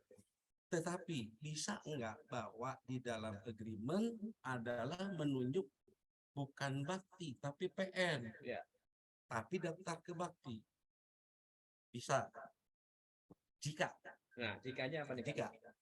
jika ada kesepakatan baru pada saat mediasi bahwa ini memilih penyelesaiannya di Bakti. Makanya tadi berarti ini kan beralih nih. Kesepakatan yang belum ada masalah, kalau udah dimediasikan setelah ada masalah. Nah, ini berubah nih. Jadi perjanjian atau kesepakatan ke Bakti setelah terjadinya masalah. Oke, sebentar Kang. Ini aku highlight karena ini penting ya buat teman-teman ya.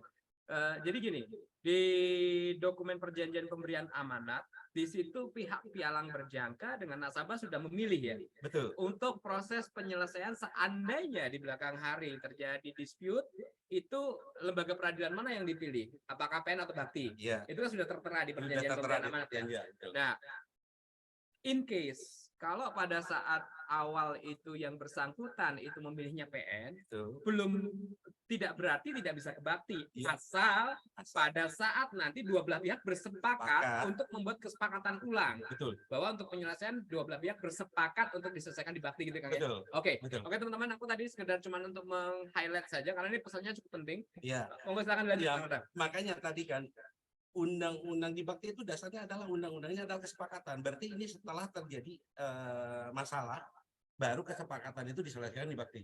Oke. Ya, oke. Nah, di sini rekan-rekan semua, Bakti itu adalah penyelesaian keperdataan. Tentunya di dalamnya adalah hampir sama persis sama dengan keperdataan, cuma ada bedanya. Tentunya karena kan dasarnya ada Undang-Undang 30 mengenai arbitrase. Nah, semua para pihak nih, baik itu pemohon atau termohon, memilih arbiternya masing-masing. Ya kan? Nah, tentunya sebelum mendaftarkan itu pasti ditanyakan mau pakai arbiter siapa. Nah, sorry agak panjang nih masalah arbiter.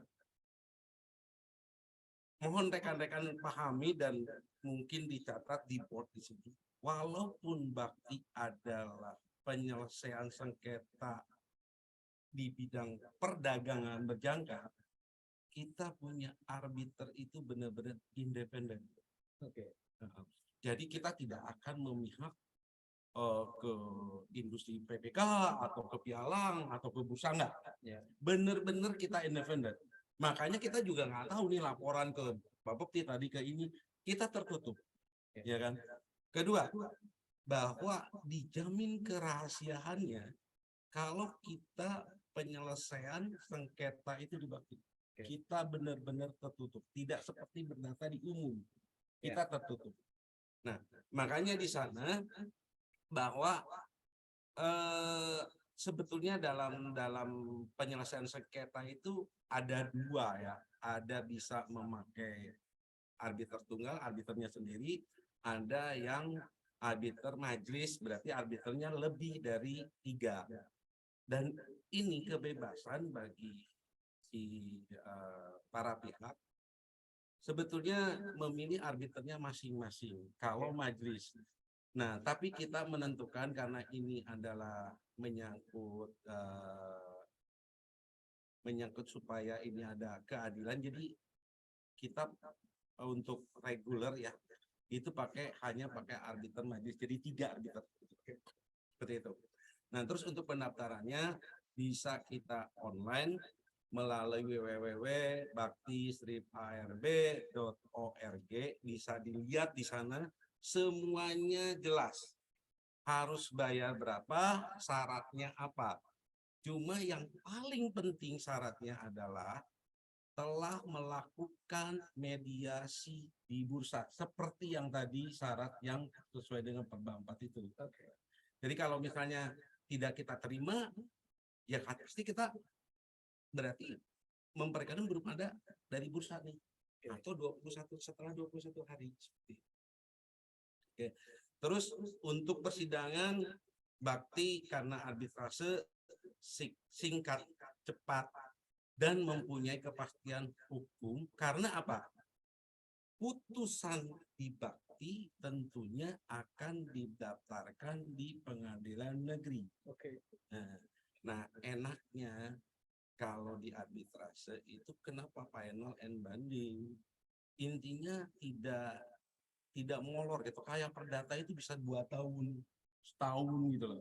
Kalau di bakti itu kan ini arbitrase sifatnya final. Jadi intinya setelah putus dalam persidangan ini didaftarkan di PN dan ini udah final. Paling bisa bukan banding tetapi dibatalkan. Seperti itu. Dan mengenai sidang mungkin nanti kita akan terangkan lebih detail lagi karena sama dengan keperdataan di situ ada replik, alasannya apa, kronologisnya apa, ada replik, ada duplik, dan sidangnya cuma 4 kali kok, enggak terlalu lama dan kita dibatasi oleh undang-undang atas 180 hari. Nah, mungkin itu sekilas tentang bakti dan kami mohon kepada rekan-rekan semua ingat di industri perdagangan berjangka ada lembaga penyelesaian atau lembaga penyelesaian yang namanya bakti. Oke. Gitu aja Pak. Ya, terima kasih Pak Dadang. Jadi itu perlu di-note teman-teman tadi ya yang disampaikan oleh Pak Dadang. Jadi kadang-kadang gini, seringkali persoalan lamanya proses waktu itu kadang-kadang yang jadi persoalan karena adanya kekurangan dokumen. Baik di sisi pialang, baik di sisi bursa, mediasi bursa maupun bakti.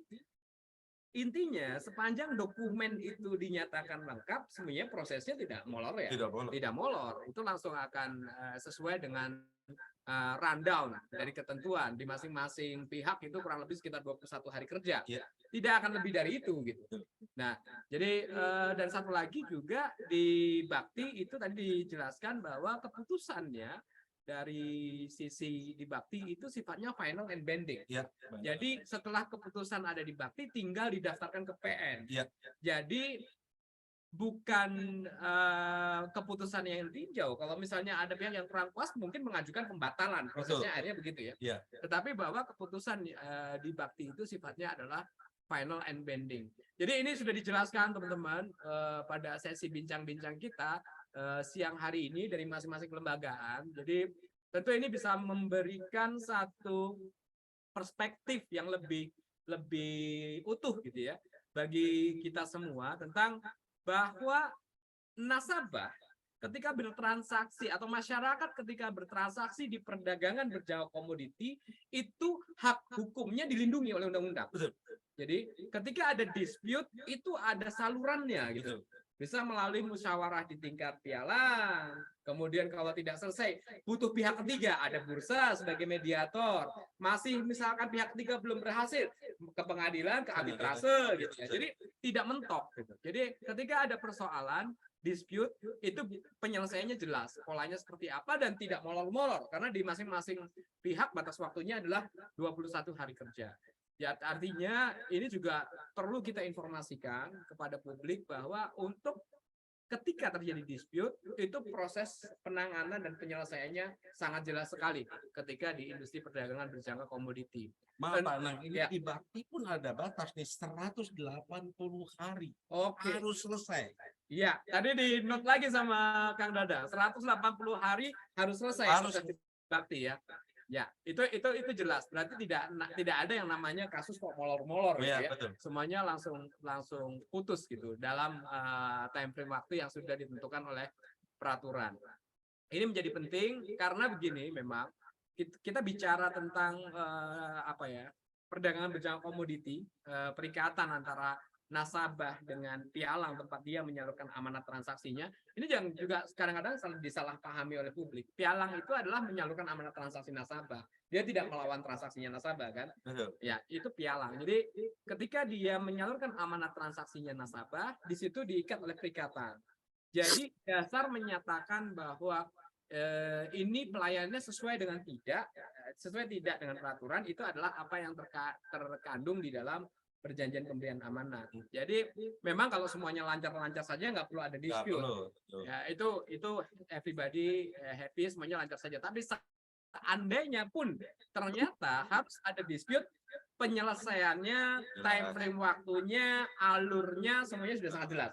Gitu ya. Oke. Hukumnya jelas. Kepastian hukumnya jelas. Jadi ini saya tadi monitor dari layar chat nampaknya sudah sangat banyak pertanyaan dari tadi awal ya. Jadi saya mohon izin ke narasumber semuanya, kita bisa masuk ke sesi tanya jawab. Jadi menjawab beberapa pertanyaan yang ada disampaikan di kolom chat. Boleh dibantu untuk ditanyakan karena dari sini pertanyaannya nggak terlalu jelas. Mungkin bisa dibacakan dari pertanyaan yang pertama oleh panitia, silakan tim teknis. Jadi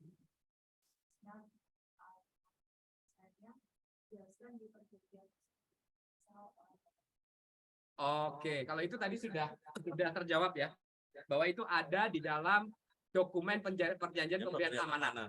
Jadi dalam dokumen perjanjian pemberian amanat yang merupakan dasar perikatan antara nasabah dengan pialang berjangka sudah dijelaskan nasabah dan pialang diminta untuk memilih pilihan penyelesaiannya di mana. Ya. Jadi itu sudah ada di dalam dokumen perjanjian pemberian amanat yang sekali lagi kalau Bapak Ibu bertindak sebagai nasabah, tadi pesannya Kang Dadang jangan asal tanda tangan. Betul. Baca dulu detail sehingga poin-poin yang penting yang menjadi bukan hanya hak ya, bagi pialang dan bagi nasabah di dalam dokumen itu ada hak dan kewajiban yang diatur. Betul. Gitu kan? Itu mesti clear.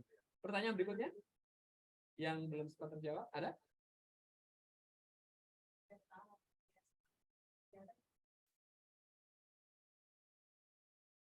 Oke, tadi juga sudah dijelaskan ya.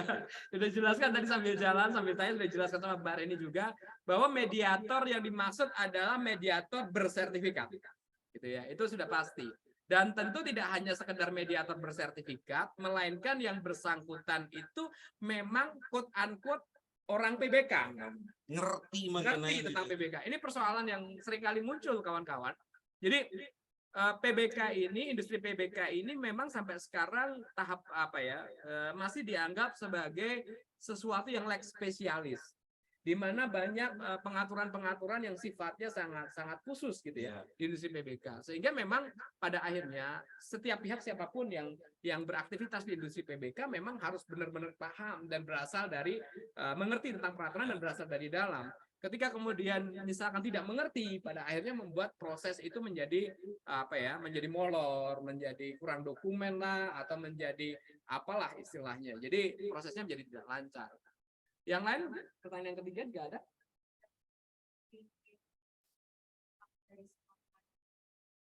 Oke, ini menarik.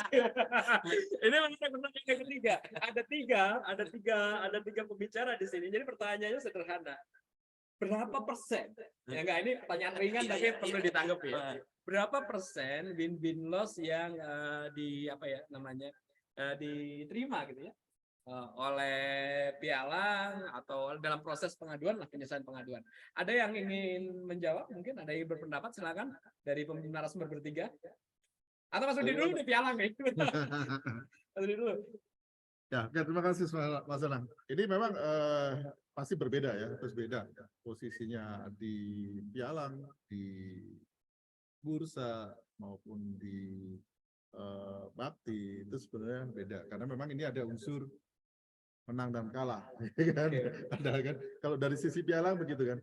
Pialang itu proses musyawarah, ya. Proses musyawarah di sini memang belum ada pihak ketiga, belum ada penengah.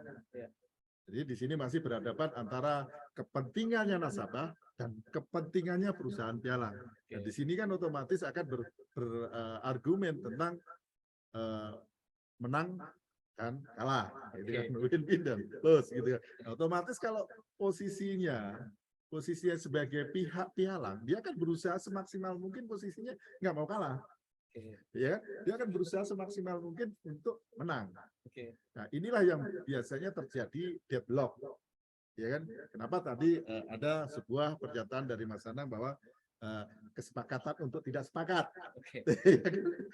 Kesepakatan untuk tidak sepakat. Karena posisi pialang adalah posisi di mana sebagai bagian dari yang bersengketa, sebagai pihak yang bersengketa otomatis kan untuk mempertahankan untuk tidak kalah. Itu berbeda, makanya saya sebut tadi. Pokoknya piala yang benar. Ya kan?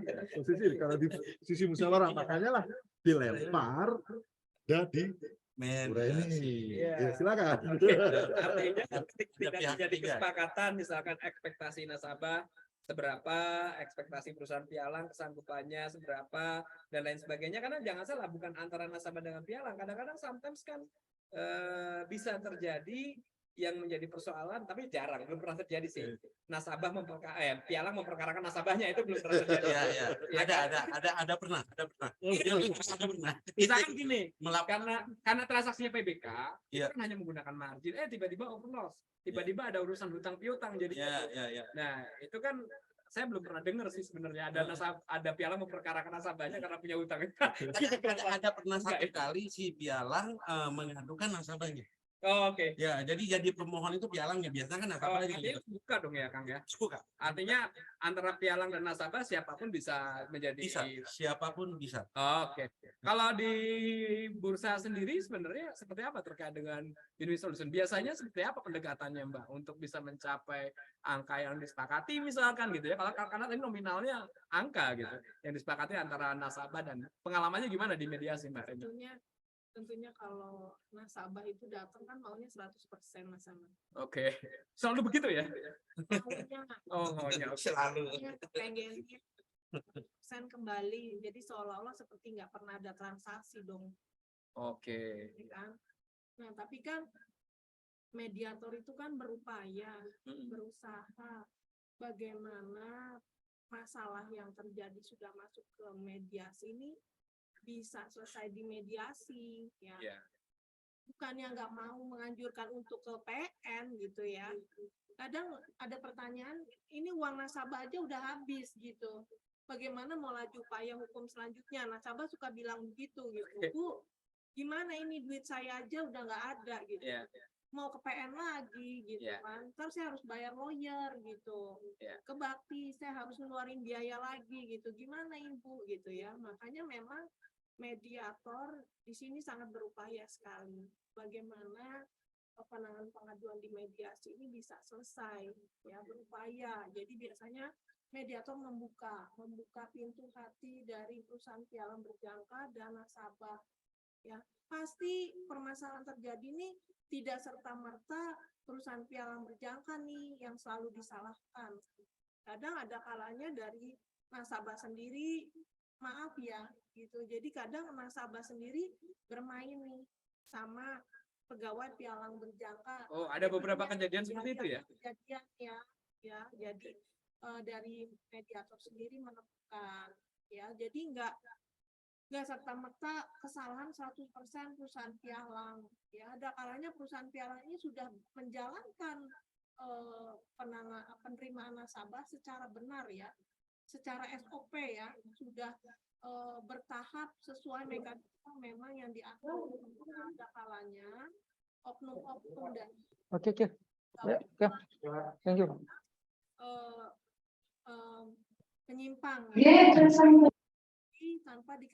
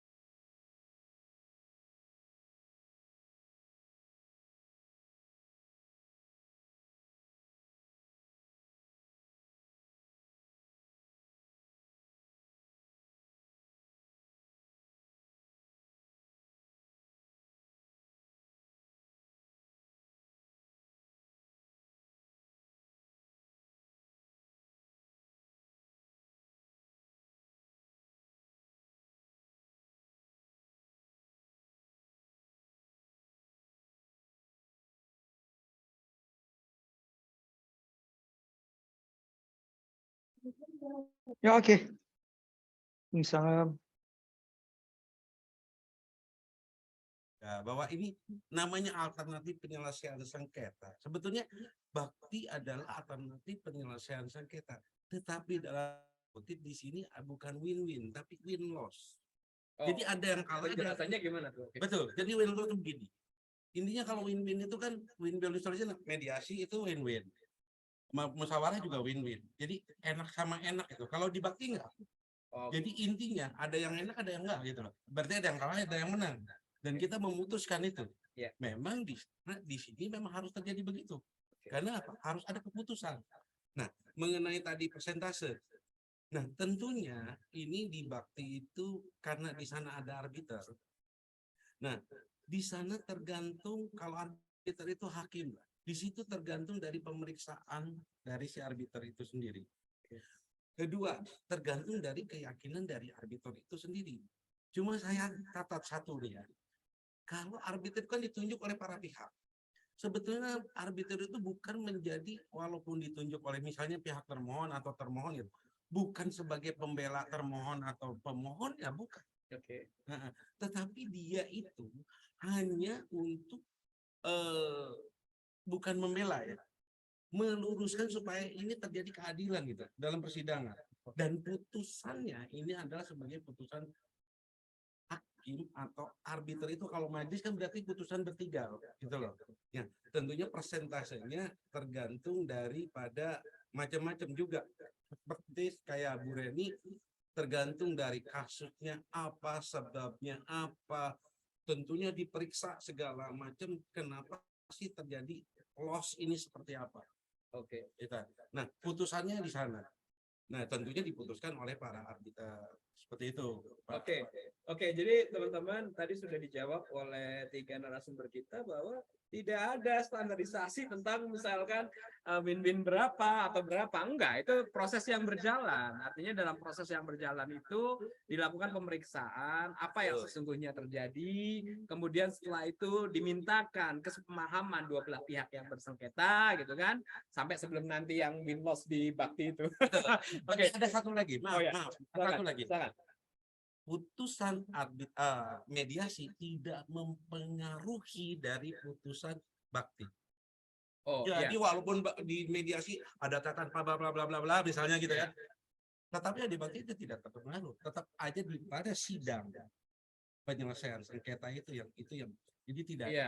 Artinya kan begini, kalau itu sudah disepakati, terjadi kesepakatan dua belah pihak di mediasi, selesai dong, nggak harus bakti dong. Betul, betul. Tapi betul. karena tidak selesai, Nah, sudah hadir pihak ketiga, Mbak Rani jadi pihak ketiga untuk mendamaikan dua pihak tadi, betul. ternyata nggak sepakat, maka harus ke bakti. Maka di bakti akhirnya restart ya. Betul. Istilahnya bisa disampaikan begitu, restart semuanya segala sesuatu. Betul, walaupun di sana dikaji. misalnya tidak sepakatnya gini karena ada catatan biasanya kan. Ya. Bakti tidak melihat itu.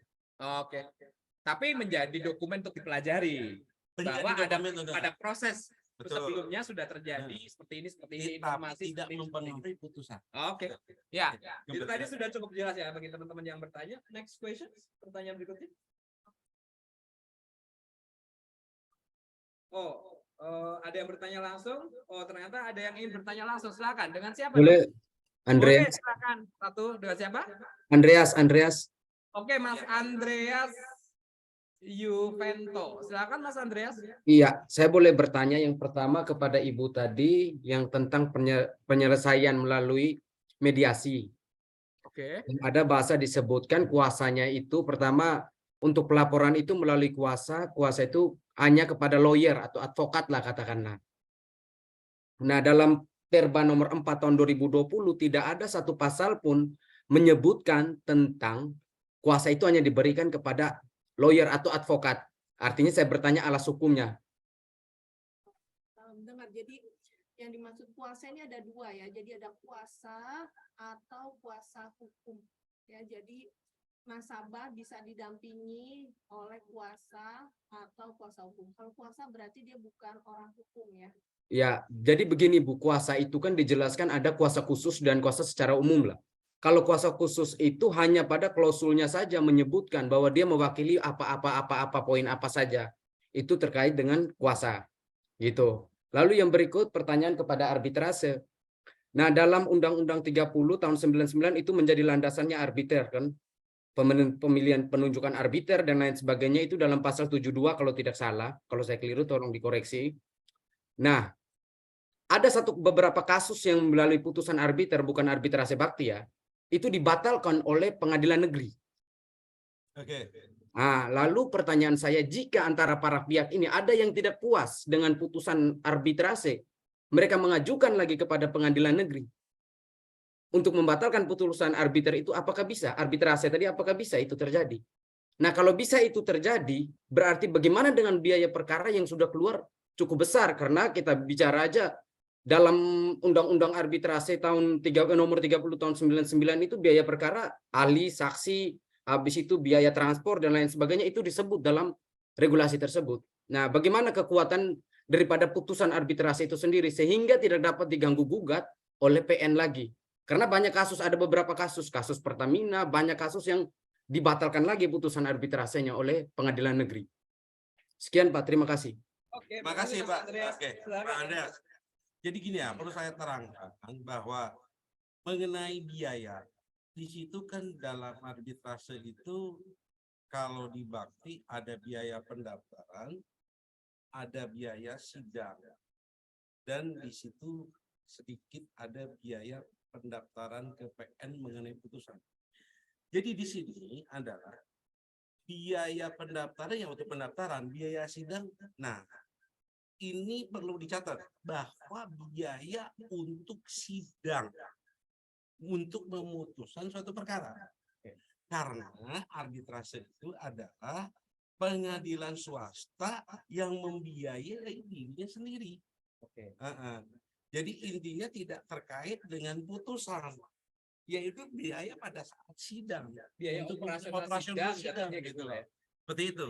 Oke, tapi gini Kang, tadi yang menjadi pertanyaan awalnya itu sesungguhnya adalah putusan bakti itu bersifat final and binding Ya, sebagaimana pasal 10-nya. ada arbitrase yang lain. Betul. Tapi kenapa kalau masih bisa dibatalkan oleh PN terus gimana gitu? Gini. Nah tadi saya baru menyangkut masalah biaya ya. Memang saya nanti akan menyangkut mengenai masalah pembatalan. Nah, final and binding ini adalah pengertiannya adalah final tidak ada jenjang berikutnya, tidak ada PT, banding dan segala macam. Tetapi Undang-Undang 30 mengamanatkan ya bahwa putusan bakti ini bisa dibatalkan. Tetapi memang ada persyaratan yang sampai sekarang memang debatable. Intinya persyaratan antaranya ya, jika ada dokumen yang mempengaruhi putusan arbitrase itu dinyatakan palsu atau disembunyikan, Ditutup-tutupi. tutup-tutupi, seperti itu. Dan jika ada keterangan yang memang dianggap bahwa itu adalah dipalsukan setelah terjadi keterangan yang palsu itu setelah terjadi putusan seperti itu. Dan itu ada di dalam Undang-Undang 30. Ya artinya kalau kemudian ada putusan ternyata ditengarai Iya, informasi atau dokumen yang disampaikan tidak yang sebenarnya, betul. maka itu bisa berpotensi untuk Untuk mengajukan pembatalan, dibatalkan. ya. Nah, Oke, saya pikir itu ya. Artinya karena memang Pak, di ruang boleh undang-undang bertanya lagi, itu Pak? memang ada ruang yang bisa membatalkan putusan arbitrase dengan catatan ada syaratnya gitu. artinya kalau syarat itu tidak terpenuhi berarti pengajuan pembatalan bisa ditolak, dong, Bisa ditolak. gitu ya. Iya. Tapi kalau ada persyaratan yang memenuhi tarik kayak tadi ya, dokumen informasi yang palsu ya, orang bisa mengajukan Betul. setelah itu untuk pembatalan. Betul. Ya, Pak, ini boleh bertanya lagi, Pak? Nah, baru tahun kemarin putusan yang memang tidak diterima dan dibatalkan ke PN. Ya alhamdulillah kita bisa mempertahankan putusan kita sehingga permohonan pembatalan itu ditolak. Jadi putusan hasil putusan bakti jalan terus. Oke. Pak, boleh bertanya sedikit lagi, Pak? Oke. Jadi gini, Pak. Arbitrase ini dalam sistem hukum kan ini hanya dilakukan pada negara-negara common law kan, Ya, betul. bukan negara civil law seperti kita. Ya. Nah, maksudnya sebagai usul dan saran, apakah tidak bisa Bapepti membuat satu lembaga atau membuat satu regulasi sehingga putusan daripada bakti ini dia mengikat? Kan final and binding itu sifatnya mengikat loh, Pak. Bukan tidak ada upaya hukum selanjutnya. Kalau kita bicara kayak putusan PN ada upaya banding, ada upaya kasasi. Tapi putusan final and binding bersifat kuat dan tetap, tidak dapat diganggu gugat lagi. Itu dalam teori common law. Artinya tidak dapat dibatalkan oleh siapapun. Di Amerika pun begitu, Pak, putusan arbitrase. Artinya bahwa begini, kadang juga terjadi di Indonesia ini, misalnya nasabah tidak puas nih dengan putusan arbiter. Perusahaan tidak bersalah, perusahaan benar. Misalnya perusahaan pialangnya benar, tidak bersalah. Arbiter putur yang benar, arbitrase putusan yang benar nih. Berdasar alat bukti yang ada. Namun PN membatalkan. Karena kita tahulah di sistem hukum di Indonesia ini seperti apa. Misalnya mengajukan kepada PN lagi. Nah, alas hukum yang kuat untuk putusan arbitrase di Indonesia ini seperti apa kira-kira harapannya? Begitu, Pak. Terima kasih. Oke, Betul, jadi betul. itu Saya tangan sedikit ya. Final and binding. Final terakhir, binding itu mengikat. Ya memang mengikat semua pihak, para pihak mengikat. Final terakhir. Tetapi di sini bisa dibatalkan. Ya bukan berarti terakhir itu adalah tidak bisa diapa-apain. Karena dalam Undang-Undang 30 di sana mungkin Pak apa namanya tadi? Andreas. Pak Andreas ya. Coba baca persyaratan mengenai pembatalan putusan ya nomor di dalam Undang-Undang 70 pasal 70. Nah, di situ yang dapat membatalkan putusan arbitrase. Ya. Dan ini masih diperdebatkan. Rasa-rasanya yang tadi benar, common law, dan ini agak susah sebetulnya untuk membatalkan putusan arbitrase. Jadi jangan takut bahwa putusan arbitrase itu bisa dibatalkan secara mudah. Karena apa? Ada contoh tadi dokumen yang disembunyikan ini kan harus mempunyai kepastian hukum dulu gitu loh. Intinya ini apakah mungkin dengan waktu yang terbatas. Seperti itu. Itu gambaran aja, Pak. Oke, Makasih, Pak. oke, yang jelas Mas Andreas catatannya nanti juga kita bawa ya Iya. ke ranahnya Bapak Bekti, karena tadi kan disampaikan, nanti kita Oh. sampaikan. Intinya ada concern gitu terkait dengan persoalan final and binding-nya Final and arbitrase binding, ya. khususnya di PPK. Oke, makasih Mas Andreas sudah berpartisipasi. Yang lain mungkin ada pertanyaan? Silakan.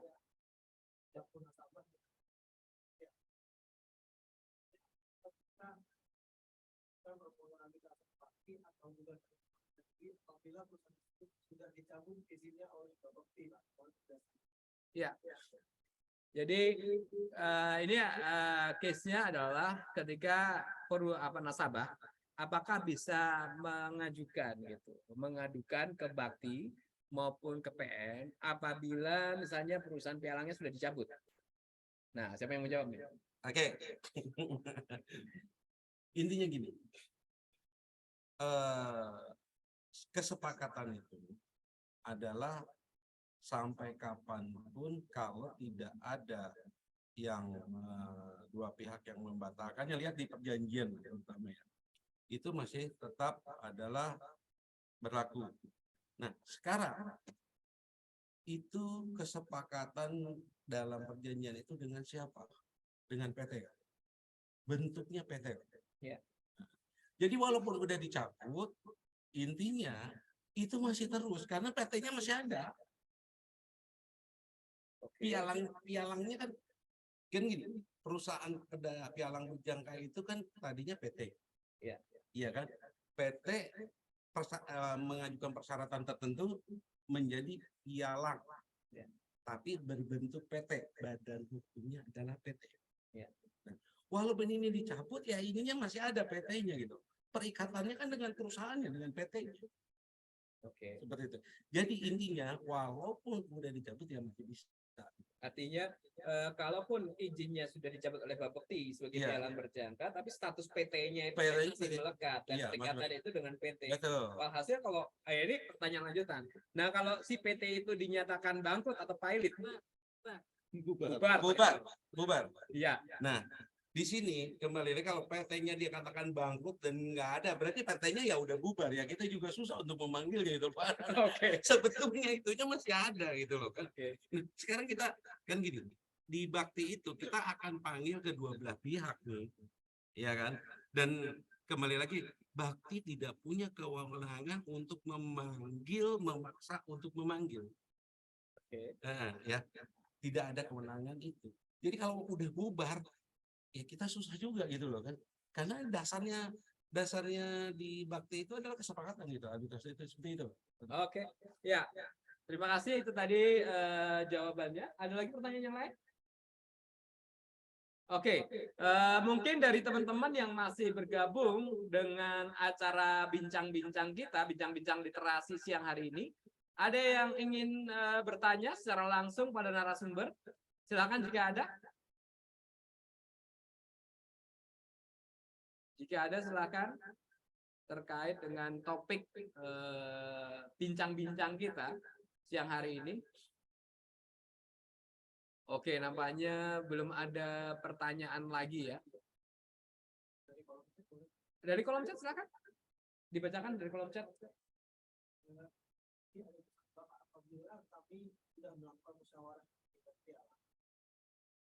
Tapi sudah melalui 20 hari kerja untuk mediasi kita, tapi tetap tidak ada panggilan dari kita, itu gimana Pak? Oke, ya kalau ini nampaknya Bu Reni yang harus jawab. Gimana Bu, itu udah 21 lewat tapi nggak ada panggilan-panggilan mediasi dan bursa.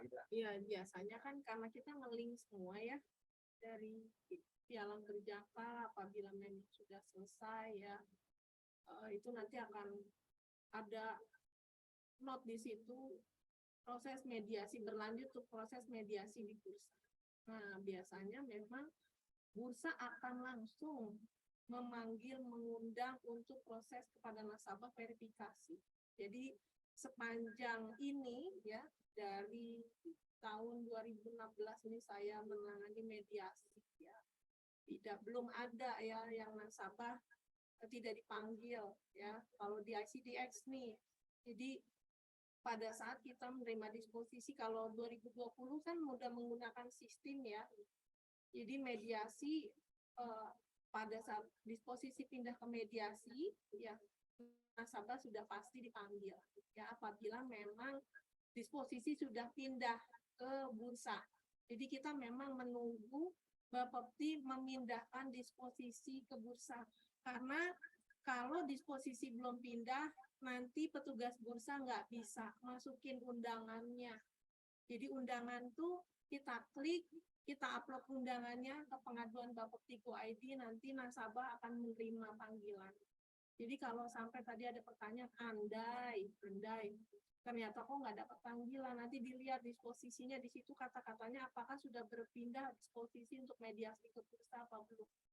Biasanya dari perusahaan pialang berjangka ini harus mengupload berita acara musyawarah tidak mufakat. Setelah diupload, nanti Bapepti biasanya secara otomatis ya secara sistem akan memindahkan disposisi mediasi. Seperti itu. Oke, jadi maksud Bu Reni tadi adalah dalam naskah peraturan yang terbaru tentang penanganan pengaduan itu batas waktunya semuanya sudah jelas. Sudah jelas. Jadi kalau dari catatan Bu Reni di Bursa Komoditi Derivatif Indonesia sendiri, biasanya kalau sudah ada notifikasi disposisi dari Bapepti itu langsung dilakukan pemanggilan. Ya? Langsung. Oke, ya. Yang lain mungkin ada pertanyaan yang lain? Silakan dari kolom chat. Belum ada lagi? Oke, saya lempar kesempatan yang terakhir sebelum nanti saya akan berikan kesempatan bagi para narasumber untuk memberikan closing ya, closing statement. Saya akan kembalikan ke teman-teman, mungkin ngasih kesempatan teman-teman yang ada bergabung di forum Zoom. Ada yang ditanyakan, silakan jika ada.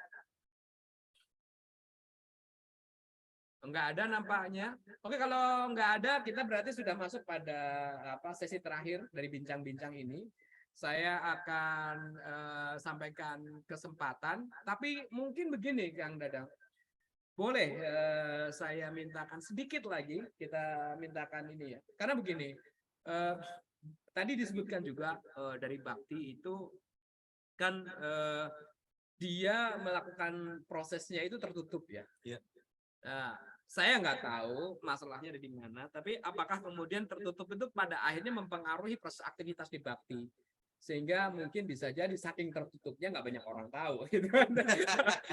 Nggak, ini joke.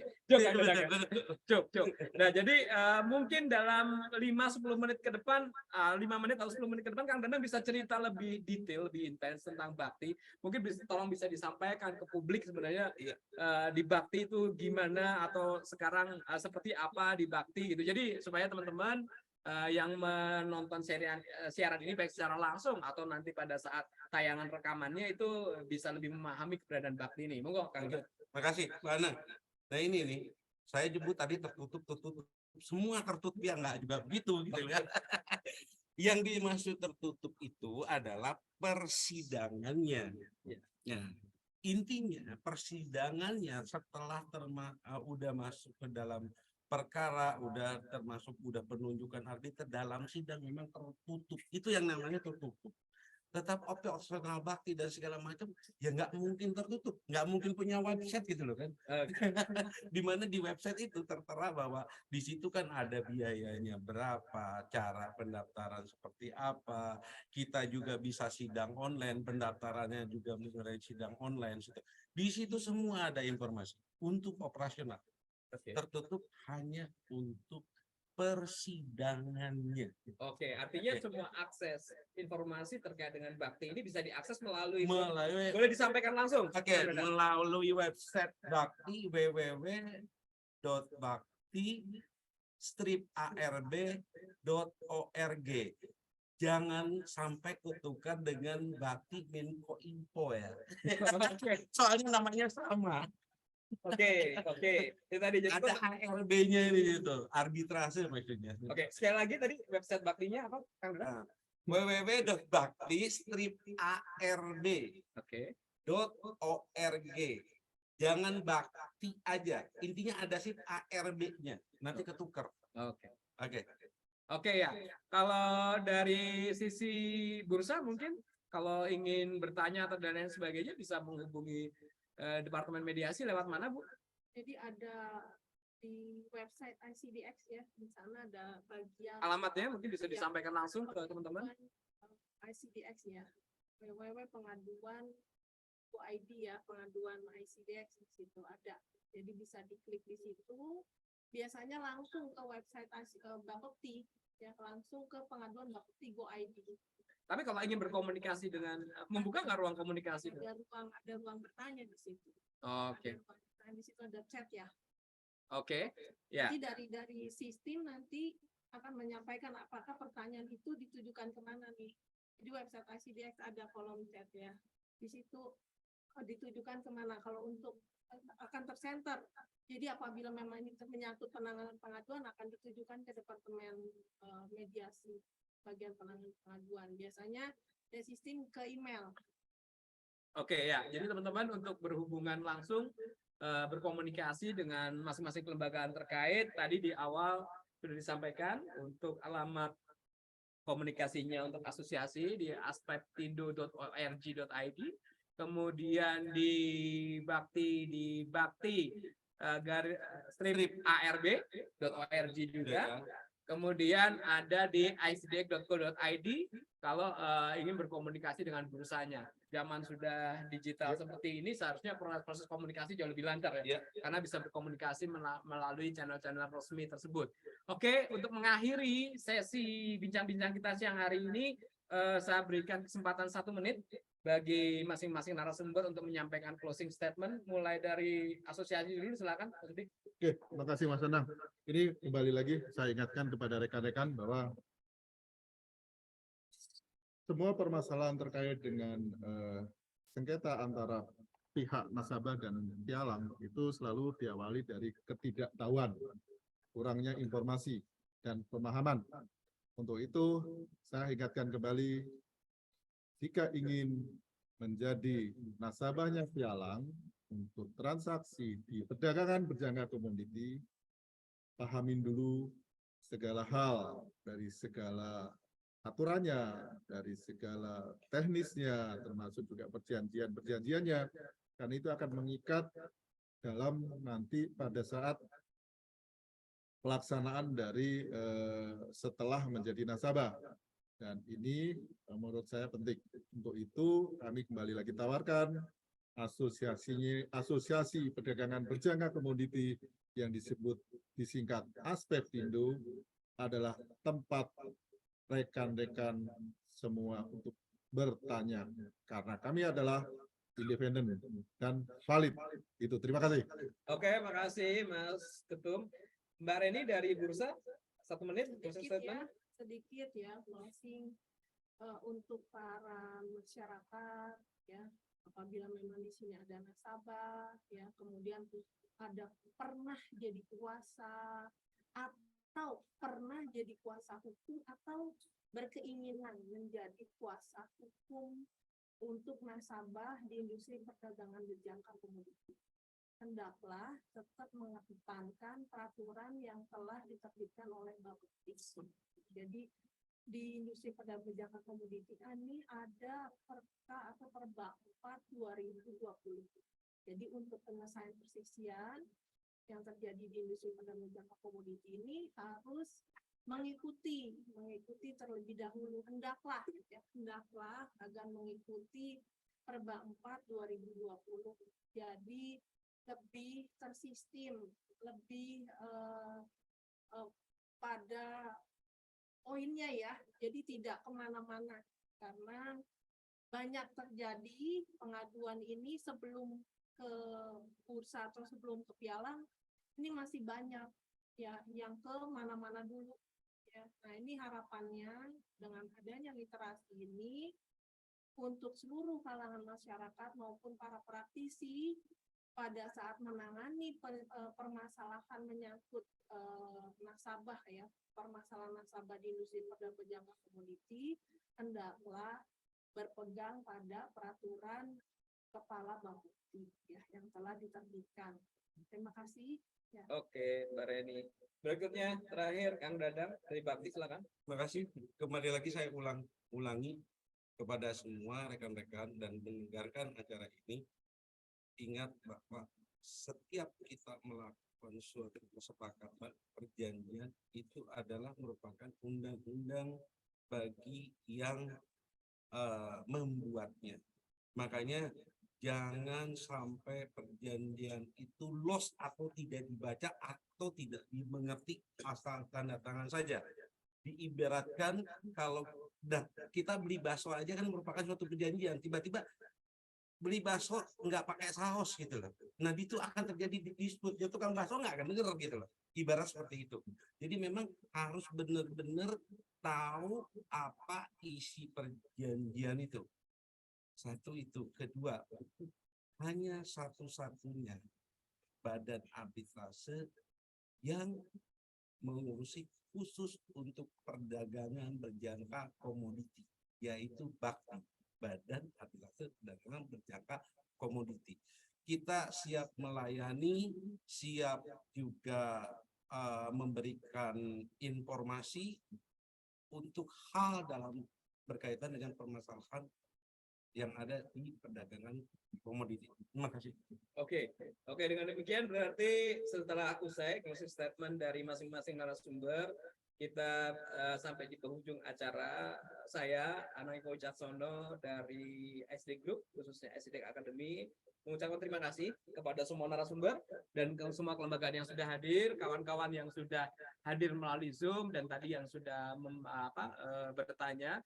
Sekali lagi saya ingatkan pada para teman-teman semua bahwa bulan Maret nanti, bulan depan, bulan Maret 2023 itu sudah dicanangkan menjadi bulan literasi perdagangan berjangka komoditi. Jadi kita berharap itu bisa menjadi sebuah tonggak ya untuk memperkuat literasi di bidang perdagangan berjangka komoditi. Dan untuk bulan literasi yang bulan Maret ada hashtagnya ya. Jadi untuk menutup acara pada siang hari ini kita bareng-bareng untuk menyampaikan hashtag dari bulan literasi, yaitu ayo trading berjangka. Oke? Boleh saya minta bantuannya? Oke. 1, 2, 3. Ayo trading berjangka. Terima kasih teman-teman. Sampai ketemu lagi di kesempatan berikutnya. Selamat siang dan terima kasih. Ya, terima kasih. Terima kasih. Terima kasih. Assalamualaikum warahmatullahi wabarakatuh. Waalaikumsalam warahmatullahi wabarakatuh.